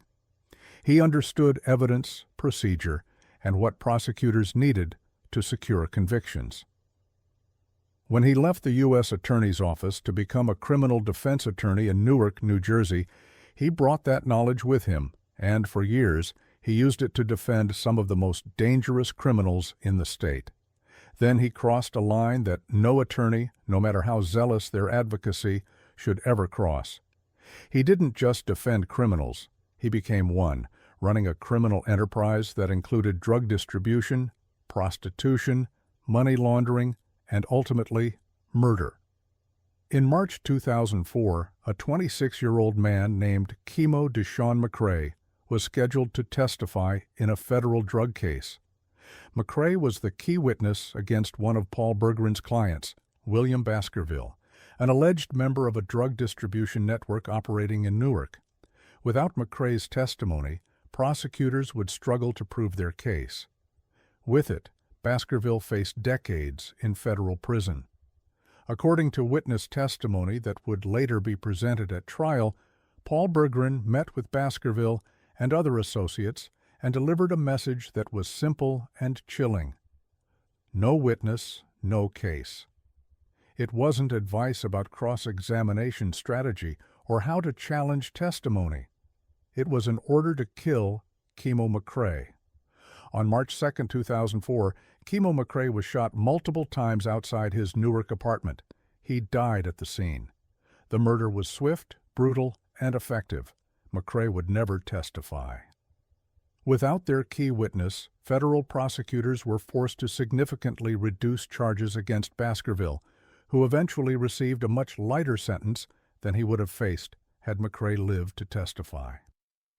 The murder of Kimo McCrae was the most serious crime in what prosecutors would later describe as Paul Berggren's criminal enterprise, a racketeering operation that had operated for over a decade, hidden behind the facade of a legitimate law practice. Paul Berggren's journey from prosecutor to racketeer didn't happen overnight. It was gradual, a series of increasingly serious ethical violations that eventually transformed a successful attorney into a crime boss who happened to have a law license. After leaving the U.S. Attorney's Office, Berggren established himself as a high-profile criminal defense attorney willing to take the toughest cases. He represented drug dealers, gang members, and organized crime figures. He was skilled, aggressive, and successful, exactly the kind of attorney that criminals with money wanted, representing them. His fees were substantial, and his lifestyle reflected it. Expensive. Suits, luxury cars, a prominent office in Newark.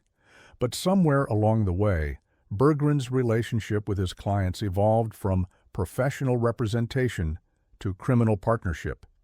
He didn't just defend drug dealers, he began providing legal services that facilitated their criminal activities. He didn't just represent prostitutes arrested for solicitation, he began operating the prostitution business himself.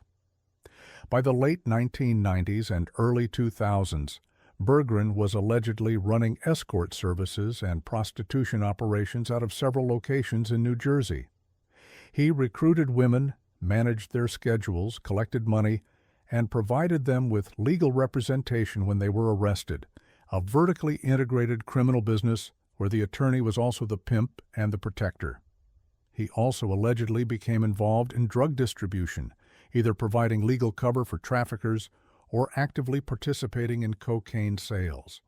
The line between attorney and criminal became so blurred that prosecutors would later argue there was no line at all.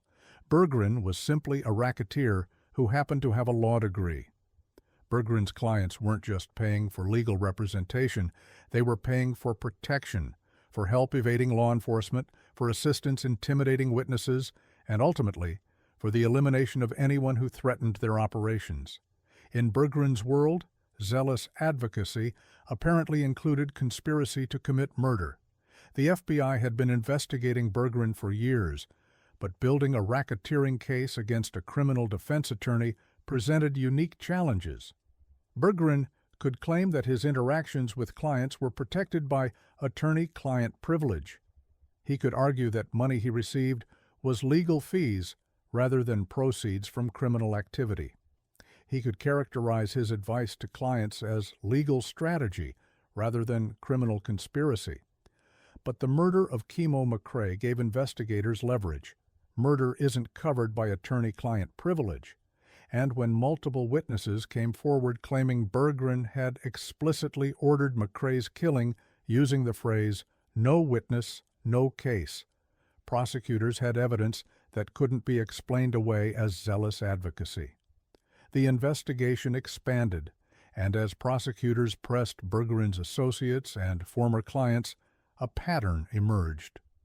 Multiple witnesses testified that Berggren had helped them evade justice through witness intimidation. Women who'd worked in his prostitution operations described how he'd recruited them, managed their activities, and collected money. Drug dealers testified that Berggren had provided legal services while also participating in cocaine distribution. In 2009, federal authorities arrested Paul Berggren on racketeering charges. The indictment was extraordinary: 23 counts including conspiracy to commit murder, witness tampering, narcotics distribution, operating a prostitution business, and money laundering. Prosecutors alleged that Berggren had operated a criminal enterprise under the RICO statute, the same law typically used against mafia bosses and organized crime figures. The first trial in 2011 ended in a hung jury on the most serious charges, though Berggren was convicted on several lesser counts. But prosecutors immediately announced they would retry him on the murder conspiracy and other charges. The second trial began in 2013. The evidence presented at the second trial was devastating. Prosecutors called dozens of witnesses, former clients, prostitutes who'd worked for Berggren, drug dealers he'd represented, and associates who'd participated in his criminal activities. One witness after another testified about Berggren's role not as an attorney, but as a criminal boss. The most damaging testimony came from William Baskerville himself, the drug dealer whose case had led to Kimo McCrae's murder. Baskerville, facing his own lengthy sentence and cooperating with prosecutors, testified that Berggren had explicitly told him that McCrae needed to be killed, that no witness, no case meant exactly what it sounded like: eliminate the witness and the case falls apart.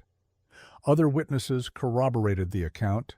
They testified about meetings where Berggren discussed McCrae, about the planning of the murder, about Berggren's role in orchestrating the killing.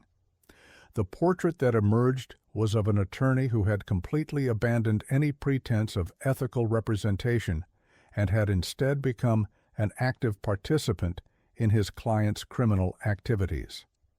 Berggren's defense team argued that he was being prosecuted for being an effective defense attorney, that the witnesses against him were criminals with incentives to lie, that no witness, no case, was simply a statement of legal reality rather than an order to commit murder. They portrayed Berggren as a zealous advocate who'd been targeted by prosecutors who didn't like his aggressive tactics. But the jury didn't buy it. On May 7, 2013, after 8 days of deliberation, they convicted Paul Berggren on all 23 counts. The verdict included conspiracy to commit murder in the death of Kimo McCrae, racketeering, witness tampering, narcotics distribution, and operating a prostitution enterprise. The sentencing came months later. Federal prosecutors asked for life in prison, arguing that Berggren had perverted everything the legal profession stood for, that he'd used his knowledge of the law to facilitate murder and other serious crimes, and that he represented a continuing danger to society. U.S. District Judge Dennis Kavanaugh agreed. In March 2014, he sentenced Paul Berggren to life in prison plus 20 years, effectively ensuring Berggren would die in federal custody.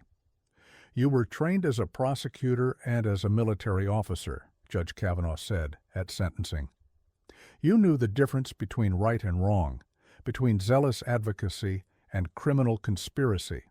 You chose to cross that line, and you did so knowingly and deliberately. The murder of Kimo McCrae alone would warrant a life sentence. Combined with your other crimes, there is no sentence short of life that would be just." Berggren was automatically disbarred. The New Jersey State Bar formally expelled him, though the action was largely symbolic. A man serving life in federal prison has no use for a law license. The appeals that followed were unsuccessful. Berggren's attorneys argued that witness testimony was unreliable, that the evidence was insufficient, that he'd received ineffective assistance of counsel. Federal appellate courts rejected every argument. The conviction stood. Paul Berggren is currently incarcerated at a federal prison, serving his life sentence. He continues to maintain his innocence, claiming he was targeted for being too effective as a defense attorney, that the witnesses against him were liars motivated by sentence reductions. Few believe him. The case shocked New Jersey's legal community. Berggren had been a prominent attorney, someone who appeared regularly in the news representing high-profile clients. He'd been a federal prosecutor, for God's sake, someone who'd taken an oath to uphold justice. The revelation that he'd been operating a criminal enterprise for years, that he'd ordered a witness murdered, was almost incomprehensible to colleagues who'd known him professionally. "You think about defense attorneys who maybe cut corners ethically," one New Jersey prosecutor told reporters. "Maybe they coach witnesses a little too aggressively. Maybe they walk right up to the line." But Paul Berggren didn't walk up to the line. He sprinted across it at full speed. He went from defense attorney to crime boss. That's not crossing a line. That's abandoning every principle the legal profession stands for. For Kimo McCrae's family, the conviction brought some measure of justice, but couldn't restore what they'd lost. McCrae was 26 years old when he was murdered, killed because he'd agreed to testify truthfully in a criminal case. His mother, who attended Berggren's trial, wept as the guilty verdict was read. "He took my son from me because my son was going to tell the truth," she said afterward. What kind of lawyer does that? What kind of person does that? The case became a cautionary tale about how gradually crossing ethical boundaries can lead to catastrophic moral collapse. Berggren likely didn't start his defense practice planning to order murders, but he probably began by providing overly aggressive representation, then by having inappropriate relationships with clients, then by participating in minor criminal activities, then by facilitating more serious crimes. Each step made the next step easier, until he'd transformed from attorney to racketeer without apparently recognizing the transformation. The prostitution business was particularly disturbing. Berggren wasn't just representing sex workers, he was trafficking them, profiting from their exploitation, and then providing them with legal representation when they were arrested. He was both the cause of their legal problems and their supposed solution. The conflict of interest was total, but more fundamentally, he was exploiting vulnerable women while claiming to help them. The drug distribution charges revealed similar hypocrisy. Berggren represented drug dealers while allegedly participating in cocaine sales himself.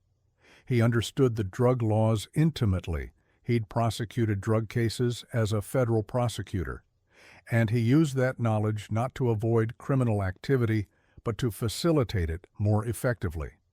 The racketeering conviction under RICO was significant because it treated Berggren not as a lawyer who committed crimes, but as a criminal boss who happened to have a law degree. The RICO statute is typically reserved for mafia dons, gang leaders, and others who run criminal enterprises. Its use against an attorney sent a clear message. Having a law license doesn't protect you from being prosecuted as a racketeer if you're running a criminal organization. The case inspired an episode of the CBS television show The Good Wife, where a character based on Berggren orders a witness killed. The fictionalized version softened some details, but the core story, a criminal defense attorney who crosses from representation into criminal conspiracy, was based on Berggren's case.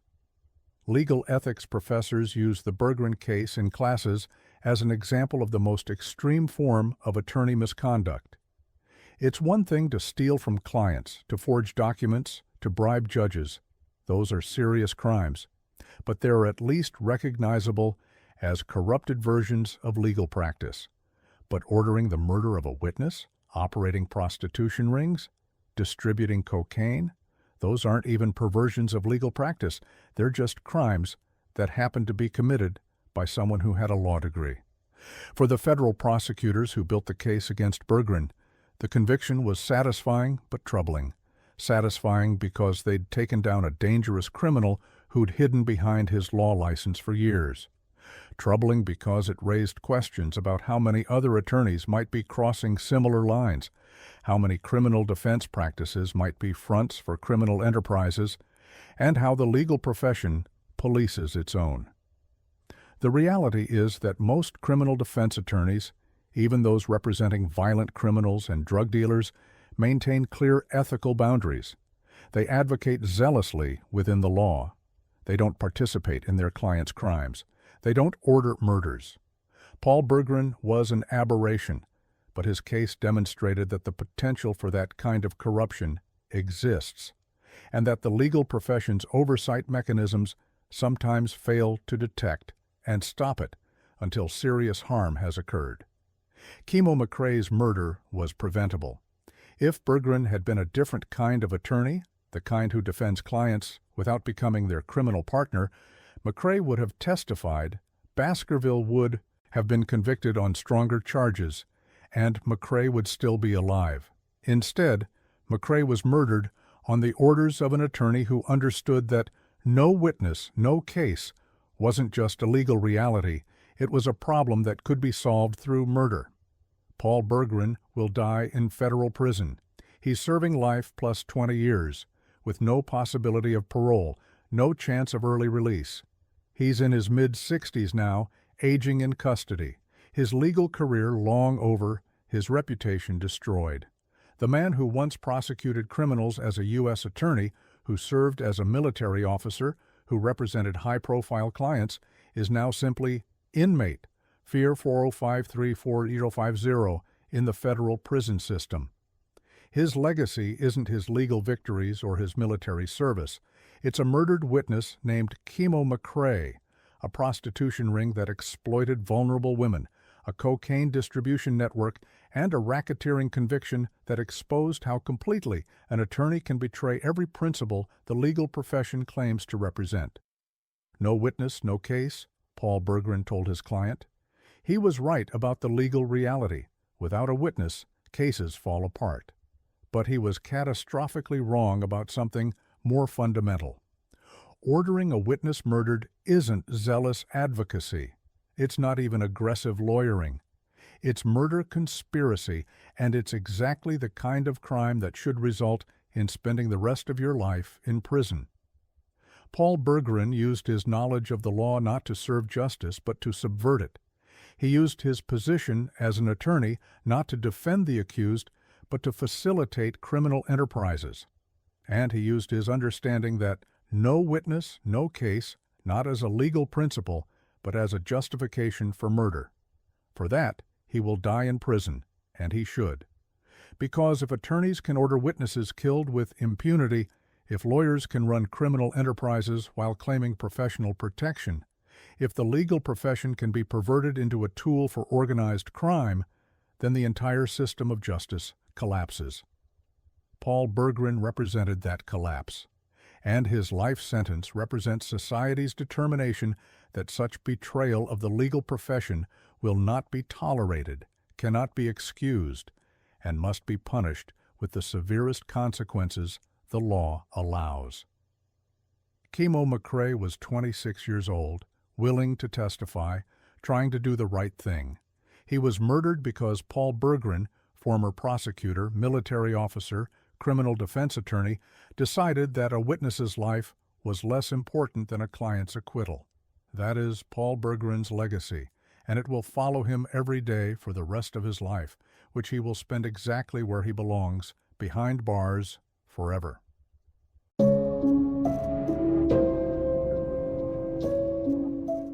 The Harvard Law graduate and Marine turned home invasion rapist whose Gone Girl kidnapping case police initially dismissed as a hoax. On the morning of March 23, 2015, Aaron Quinn called the Vallejo Police Department to report that his girlfriend, Denise Huskins, had been kidnapped from their home in the middle of the night. His story sounded like something from a thriller movie. Intruders had broken in, drugged them both, bound them with zip ties, placed blacked-out swim goggles over their eyes, and then kidnapped Denise while demanding a ransom of $15,000. Aaron had been forced to wait hours before calling police, threatened that Denise would be killed if he contacted authorities too soon. The Vallejo police listened to Aaron's account and made a decision that would humiliate their department and traumatize two innocent victims. They didn't believe him. Within days, the police department held a press conference announcing that they believed the kidnapping was a hoax, that Denise and Aaron had fabricated the entire story, and that the department was considering filing charges against them for wasting police resources. Lieutenant Kenny Park compared the case to the movie Gone Girl, where a woman fakes her own kidnapping. There was just one problem: the kidnapping was absolutely real. And the man who'd committed it was a Harvard-educated attorney and former Marine named Matthew Mueller, who'd been conducting sophisticated home invasions and sexual assaults for years while police failed to connect the crimes or identify the perpetrator. Matthew Daniel Mueller seemed to have every advantage in life. He'd graduated from Pomona College, earned his law degree from Harvard Law School, and served as an immigration attorney in San Francisco. He'd been a Marine, trained in discipline and tactics. He was intelligent, educated, and by all external measures, successful. But behind this impressive resume was a man spiraling into mental illness, criminality, and violence. Mueller suffered from bipolar disorder, and by the late 2000s, his life was unraveling. He was disbarred in 2007, not for ethics violations, but simply for failing to pay state bar fees, suggesting financial problems and disorganization. His mental health deteriorated. His behavior became increasingly erratic. And at some point, Matthew Mueller began committing home invasions. The crimes followed a distinctive pattern that would eventually connect them, though police failed to recognize the connections for years. Mueller would surveil homes, identifying targets who lived alone or in couples. He would break in during the night, often using sophisticated tactics like cutting phone lines or disabling alarm systems. He carried zip ties for restraining victims, swim goggles that he'd black out with duct tape to blindfold victims while still allowing them to breathe, and drugs, typically benzodiazepines, to sedate them. The level of planning was extraordinary. Mueller used a remote-controlled drone to surveil properties. He wore disguises. He researched his victims beforehand. His military training and legal knowledge combined to make him a particularly dangerous predator. He understood tactics, operational security, and how to avoid leaving evidence that would lead to his identification. Between 2009 and 2015, Mueller committed multiple home invasions in the Bay Area. Some were burglaries, some involved sexual assault. In at least one case before the Huskins kidnapping, he'd broken into a home in Dublin, California, bound the residents, and attempted to sexually assault a woman before fleeing when the situation became too risky. But the crimes weren't being connected. Different jurisdictions, slightly different methodologies, lack of forensic evidence. Mueller was operating below law enforcement's radar, a serial offender whom no one had yet identified as a pattern criminal. Then came the night of March 23, 2015. Aaron Quinn and Denise Huskins were asleep in Aaron's home in Vallejo, a city across the bay from San Francisco, when they were awakened by a bright light shining in their faces. Before they could fully comprehend what was happening, intruders were in the room. Aaron and Denise were bound with zip ties, blacked-out swim goggles were placed over their eyes, and they were given what they later learned were sedatives. Over a recording device, a synthesized voice, altered to be unrecognizable, told them this was a robbery, that they were being targeted because Aaron supposedly had access to money, and that if they cooperated, they wouldn't be harmed. The voice claimed there were multiple intruders working as part of a professional crew. In reality, there was only one, Matthew Mueller, using recordings and tactics to make himself seem like part of a larger operation. After hours of terrorizing both victims in the home, Mueller forced Denise into the trunk of Aaron's car and drove away, leaving Aaron bound in the house with instructions not to call police for hours, or Denise would be killed. Aaron, drugged and terrified, complied with the instructions, waiting before finally calling 911 the next morning. Meanwhile, Mueller drove Denise approximately 400 miles south to South Lake Tahoe. Over the next 2 days, he held her captive in a cabin, sexually assaulting her multiple times. He demanded a $15,000 ransom from Aaron to be paid in Bitcoin. He recorded videos of Denise, apparently planning to use them as proof of life or for other purposes. The sophistication of the crime was remarkable: the use of zip ties and blacked-out goggles, the synthesized voice recordings, the sedatives, the ransom demand in cryptocurrency, the careful planning. But there were also signs of mental illness and disorganization. The ransom amount was oddly small for such an elaborate crime. Some of Mueller's statements to Denise were bizarre and disconnected from reality, and his decision to eventually release her suggested confusion about his endgame. On March 25, 2015, approximately 48 hours after the kidnapping, Mueller drove Denise back to the Bay Area and released her near her parents' home in Huntington Beach, Southern California.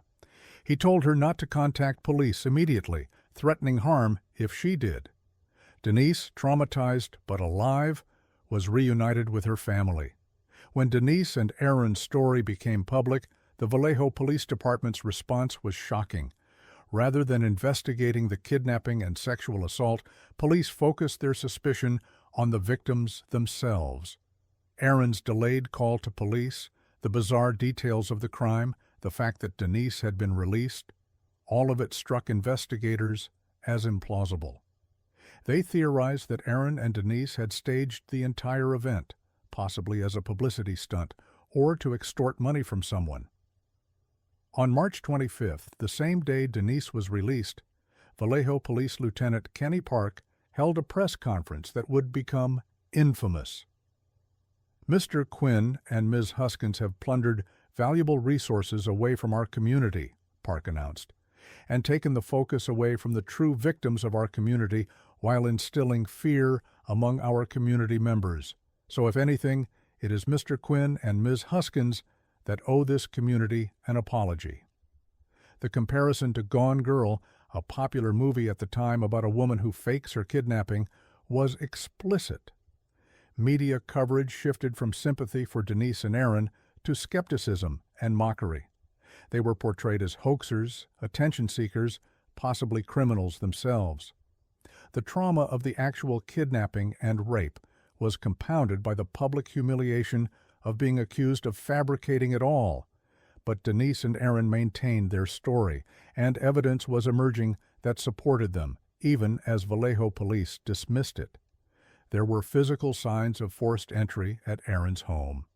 Neighbors had reported seeing suspicious activity. Most importantly, forensic evidence collected from the scene would eventually prove crucial, though Vallejo police weren't properly investigating. The break in the case came not from the Huskins kidnapping investigation, but from another crime. On June 5, 2015, less than 3 months after the Huskins abduction, Matthew Mueller attempted another home invasion in Dublin, California, about 40 miles from Vallejo. He broke into a home, but this time something went wrong. The residents resisted, Mueller fled, and police responding to the scene discovered evidence: zip ties, swim goggles, a laptop. Dublin police, unlike their Vallejo counterparts, actually investigated. They traced the laptop to Matthew Muller. When they searched Muller's car and storage unit, they found a treasure trove of evidence: more zip ties, blacked-out swim goggles, sedatives, recording devices, a drone, fake IDs, and most damning of all, videos and recordings related to the Huskins kidnapping. Matthew Muller was arrested on June 8, 2015. As FBI agents examined the evidence from his storage unit and electronic devices, they found proof connecting him to the Huskins case: videos of Denise while she was captive, recordings of the synthesized voice used during the kidnapping, searches on his computer related to Aaron Quinn's home address, and other evidence that made his guilt undeniable. The FBI contacted Vallejo police with devastating news. The kidnapping Vallejo had called a hoax was absolutely real, and they'd just caught the perpetrator. The Vallejo Police Department's credibility collapsed overnight. The same department that had accused Denise and Aaron of fabricating a crime and wasting resources was now forced to admit they'd been wrong, that they'd traumatized two crime victims by refusing to believe them, and that their incompetent investigation had let a serial predator continue operating for months after the Huskins abduction. The FBI took over the case. The evidence against Muller was overwhelming. In September 2016, federal prosecutors charged him with kidnapping for ransom. Facing irrefutable evidence and the prospect of life in prison, Muller's attorneys negotiated a plea agreement. In September 2017, Matthew Muller pleaded guilty to federal kidnapping charges related to the Huskins abduction. He was sentenced to 40 years in federal prison. U.S. District Judge Troy Nunley called the crime absolutely egregious, noting that Muller had used his intelligence and training to terrorize innocent people, and that his actions had been compounded by the Vallejo Police Department's incompetent response that further traumatized his victims. But the federal charges addressed only the kidnapping, not the sexual assault, which is typically prosecuted at the state level. In 2022, Muller pleaded no contest to state charges including rape, residential burglary, and robbery related to the Huskins case. He received a 31-year state sentence to run concurrent with his federal sentence, ensuring he would remain imprisoned for the full 40-year federal term. The plea agreements also resolved other cases. Muller admitted to the 2015 Dublin home invasion attempt and to earlier crimes, including a 2009 home invasion in Palo Alto, where he'd sexually assaulted a victim. The pattern was clear.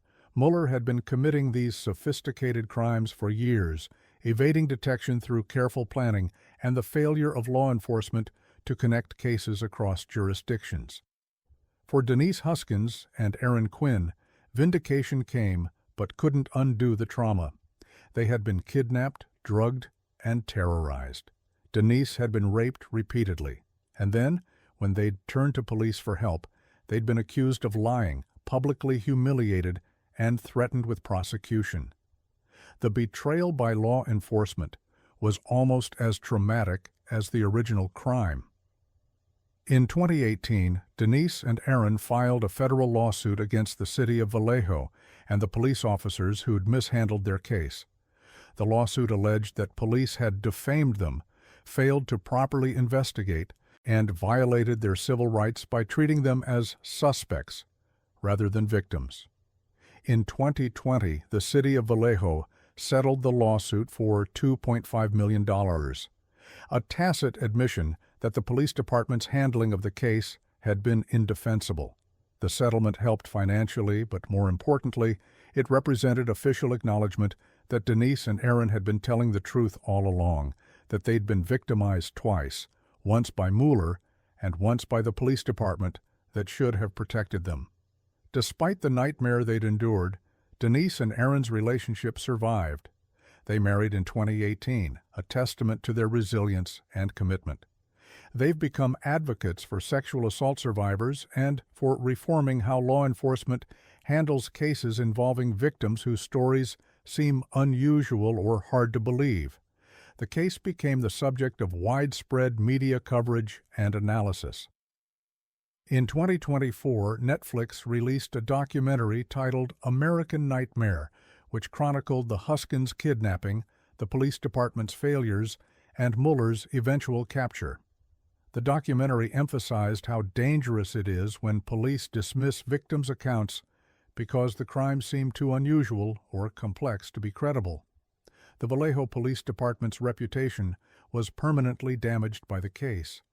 The department had to implement reforms, including better training on sexual assault investigations and protocols for unusual cases. Lieutenant Kenny Park, who'd led the infamous press conference calling the kidnapping a hoax, became a symbol of law enforcement arrogance and incompetence. The department's failure wasn't just an honest mistake. It was a willful refusal to investigate evidence because investigators had decided the victims were lying. Legal experts and victim advocates pointed to the case as an example of systemic problems in how law enforcement treats sexual assault victims, particularly in cases with unusual circumstances. The Gone Girl comparison was particularly insidious. Police had taken a fictional movie plot and used it to dismiss a real crime, essentially punishing victims for being victimized in a way that seemed cinematic or implausible. For Matthew Mueller, the case raised disturbing questions about how someone with his background, Harvard Law, Marine Corps, successful legal career, could become a serial predator. Mental illness played a role. Mueller's bipolar disorder was documented and likely contributed to his deteriorating behavior. But mental illness doesn't automatically lead to criminality, and plenty of people with bipolar disorder never harm anyone. What seemed to drive Mueller was a toxic combination of intelligence, training, mental illness, and a fundamental lack of empathy. He used his legal knowledge to understand how to commit crimes without leaving evidence. He used his military training to plan and execute sophisticated operations, and he used his intellect to rationalize actions that were fundamentally evil, terrorizing, kidnapping, and sexually assaulting innocent people. The sophistication of his crimes was genuinely remarkable from a criminal justice perspective. The use of the drone for surveillance, the blacked-out swim goggles that allowed victims to see light and dark but not identify him, the synthesized voice recordings, the sedatives, the elaborate staging, these were techniques more associated with espionage or military operations than typical criminal behavior. But sophistication doesn't make crimes less evil. It makes them more premeditated, more calculated, more inexcusable. Mueller knew exactly what he was doing. He planned these crimes carefully. He selected vulnerable victims. He weaponized his education and training to become a more effective predator. Matthew Mueller is currently serving his 40-year federal sentence at a federal correctional institution. He'll be eligible for release around 2049, when he'll be in his early 70s. The concurrent state sentence ensures he'll serve the full federal term. He will spend the prime of his life, and likely die, in prison. His victims, Denise Huskins and Aaron Quinn, along with others who've come forward about earlier crimes, have begun to rebuild their lives. Denise has spoken publicly about her experience, using her trauma to advocate for other survivors. She and Aaron have raised awareness about the importance of believing victims, even when their stories seem improbable. The crime itself was terrible, Denise said in an interview, but what the Vallejo police did to us afterward, publicly calling us liars, threatening to prosecute us, refusing to investigate, that was a different kind of violation. We'd survived a kidnapping and rape, and then we had to survive being treated like criminals by the people who were supposed to help us. The case serves as a powerful closing to this series of attorney misconduct cases because it illustrates something fundamental. Education, credentials, and professional training are no guarantee of character. Matthew Mueller had every advantage: elite education, military service, a law degree from Harvard. None of it prevented him from becoming a predator. None of it made him a better person. If anything, his training made him a more dangerous criminal. But the case also offers something many of these stories don't: redemption for the victims. Denise and Aaron were vindicated. The police department that had wronged them was forced to admit its mistake and pay damages. Their kidnapper was captured and imprisoned, and they survived together, building a life that refused to be defined solely by trauma. The Harvard-educated Marine who became a home invasion rapist will die in prison. The victims he terrorized have found strength, love, and purpose.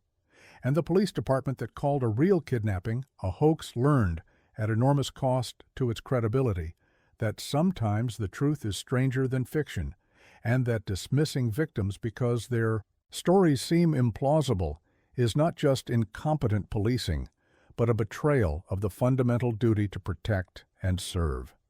Matthew Mueller's case reminds us that the letters after someone's name, J.D., M.A., or any other credential, are just letters. They represent education, not ethics, training, not morality, intelligence, not decency. The law degree from Harvard didn't make Mueller a better person. It just made him a more sophisticated criminal. And in the end, all his sophistication, all his planning, all his intelligence couldn't save him from spending the rest of his life in prison, exactly where he belongs, and where all the attorneys in the series who betrayed their oaths and victimized the vulnerable ultimately ended up. The difference is that Denise Huskins and Aaron Quinn survived, thrived, and turned their nightmare into advocacy for others. That is the redemptive note on which this series can close. Even in the darkest cases of professional betrayal and violence, victims can find justice, healing, and purpose. The attorneys who betrayed their profession lost everything. The victims who survived their crimes found strength.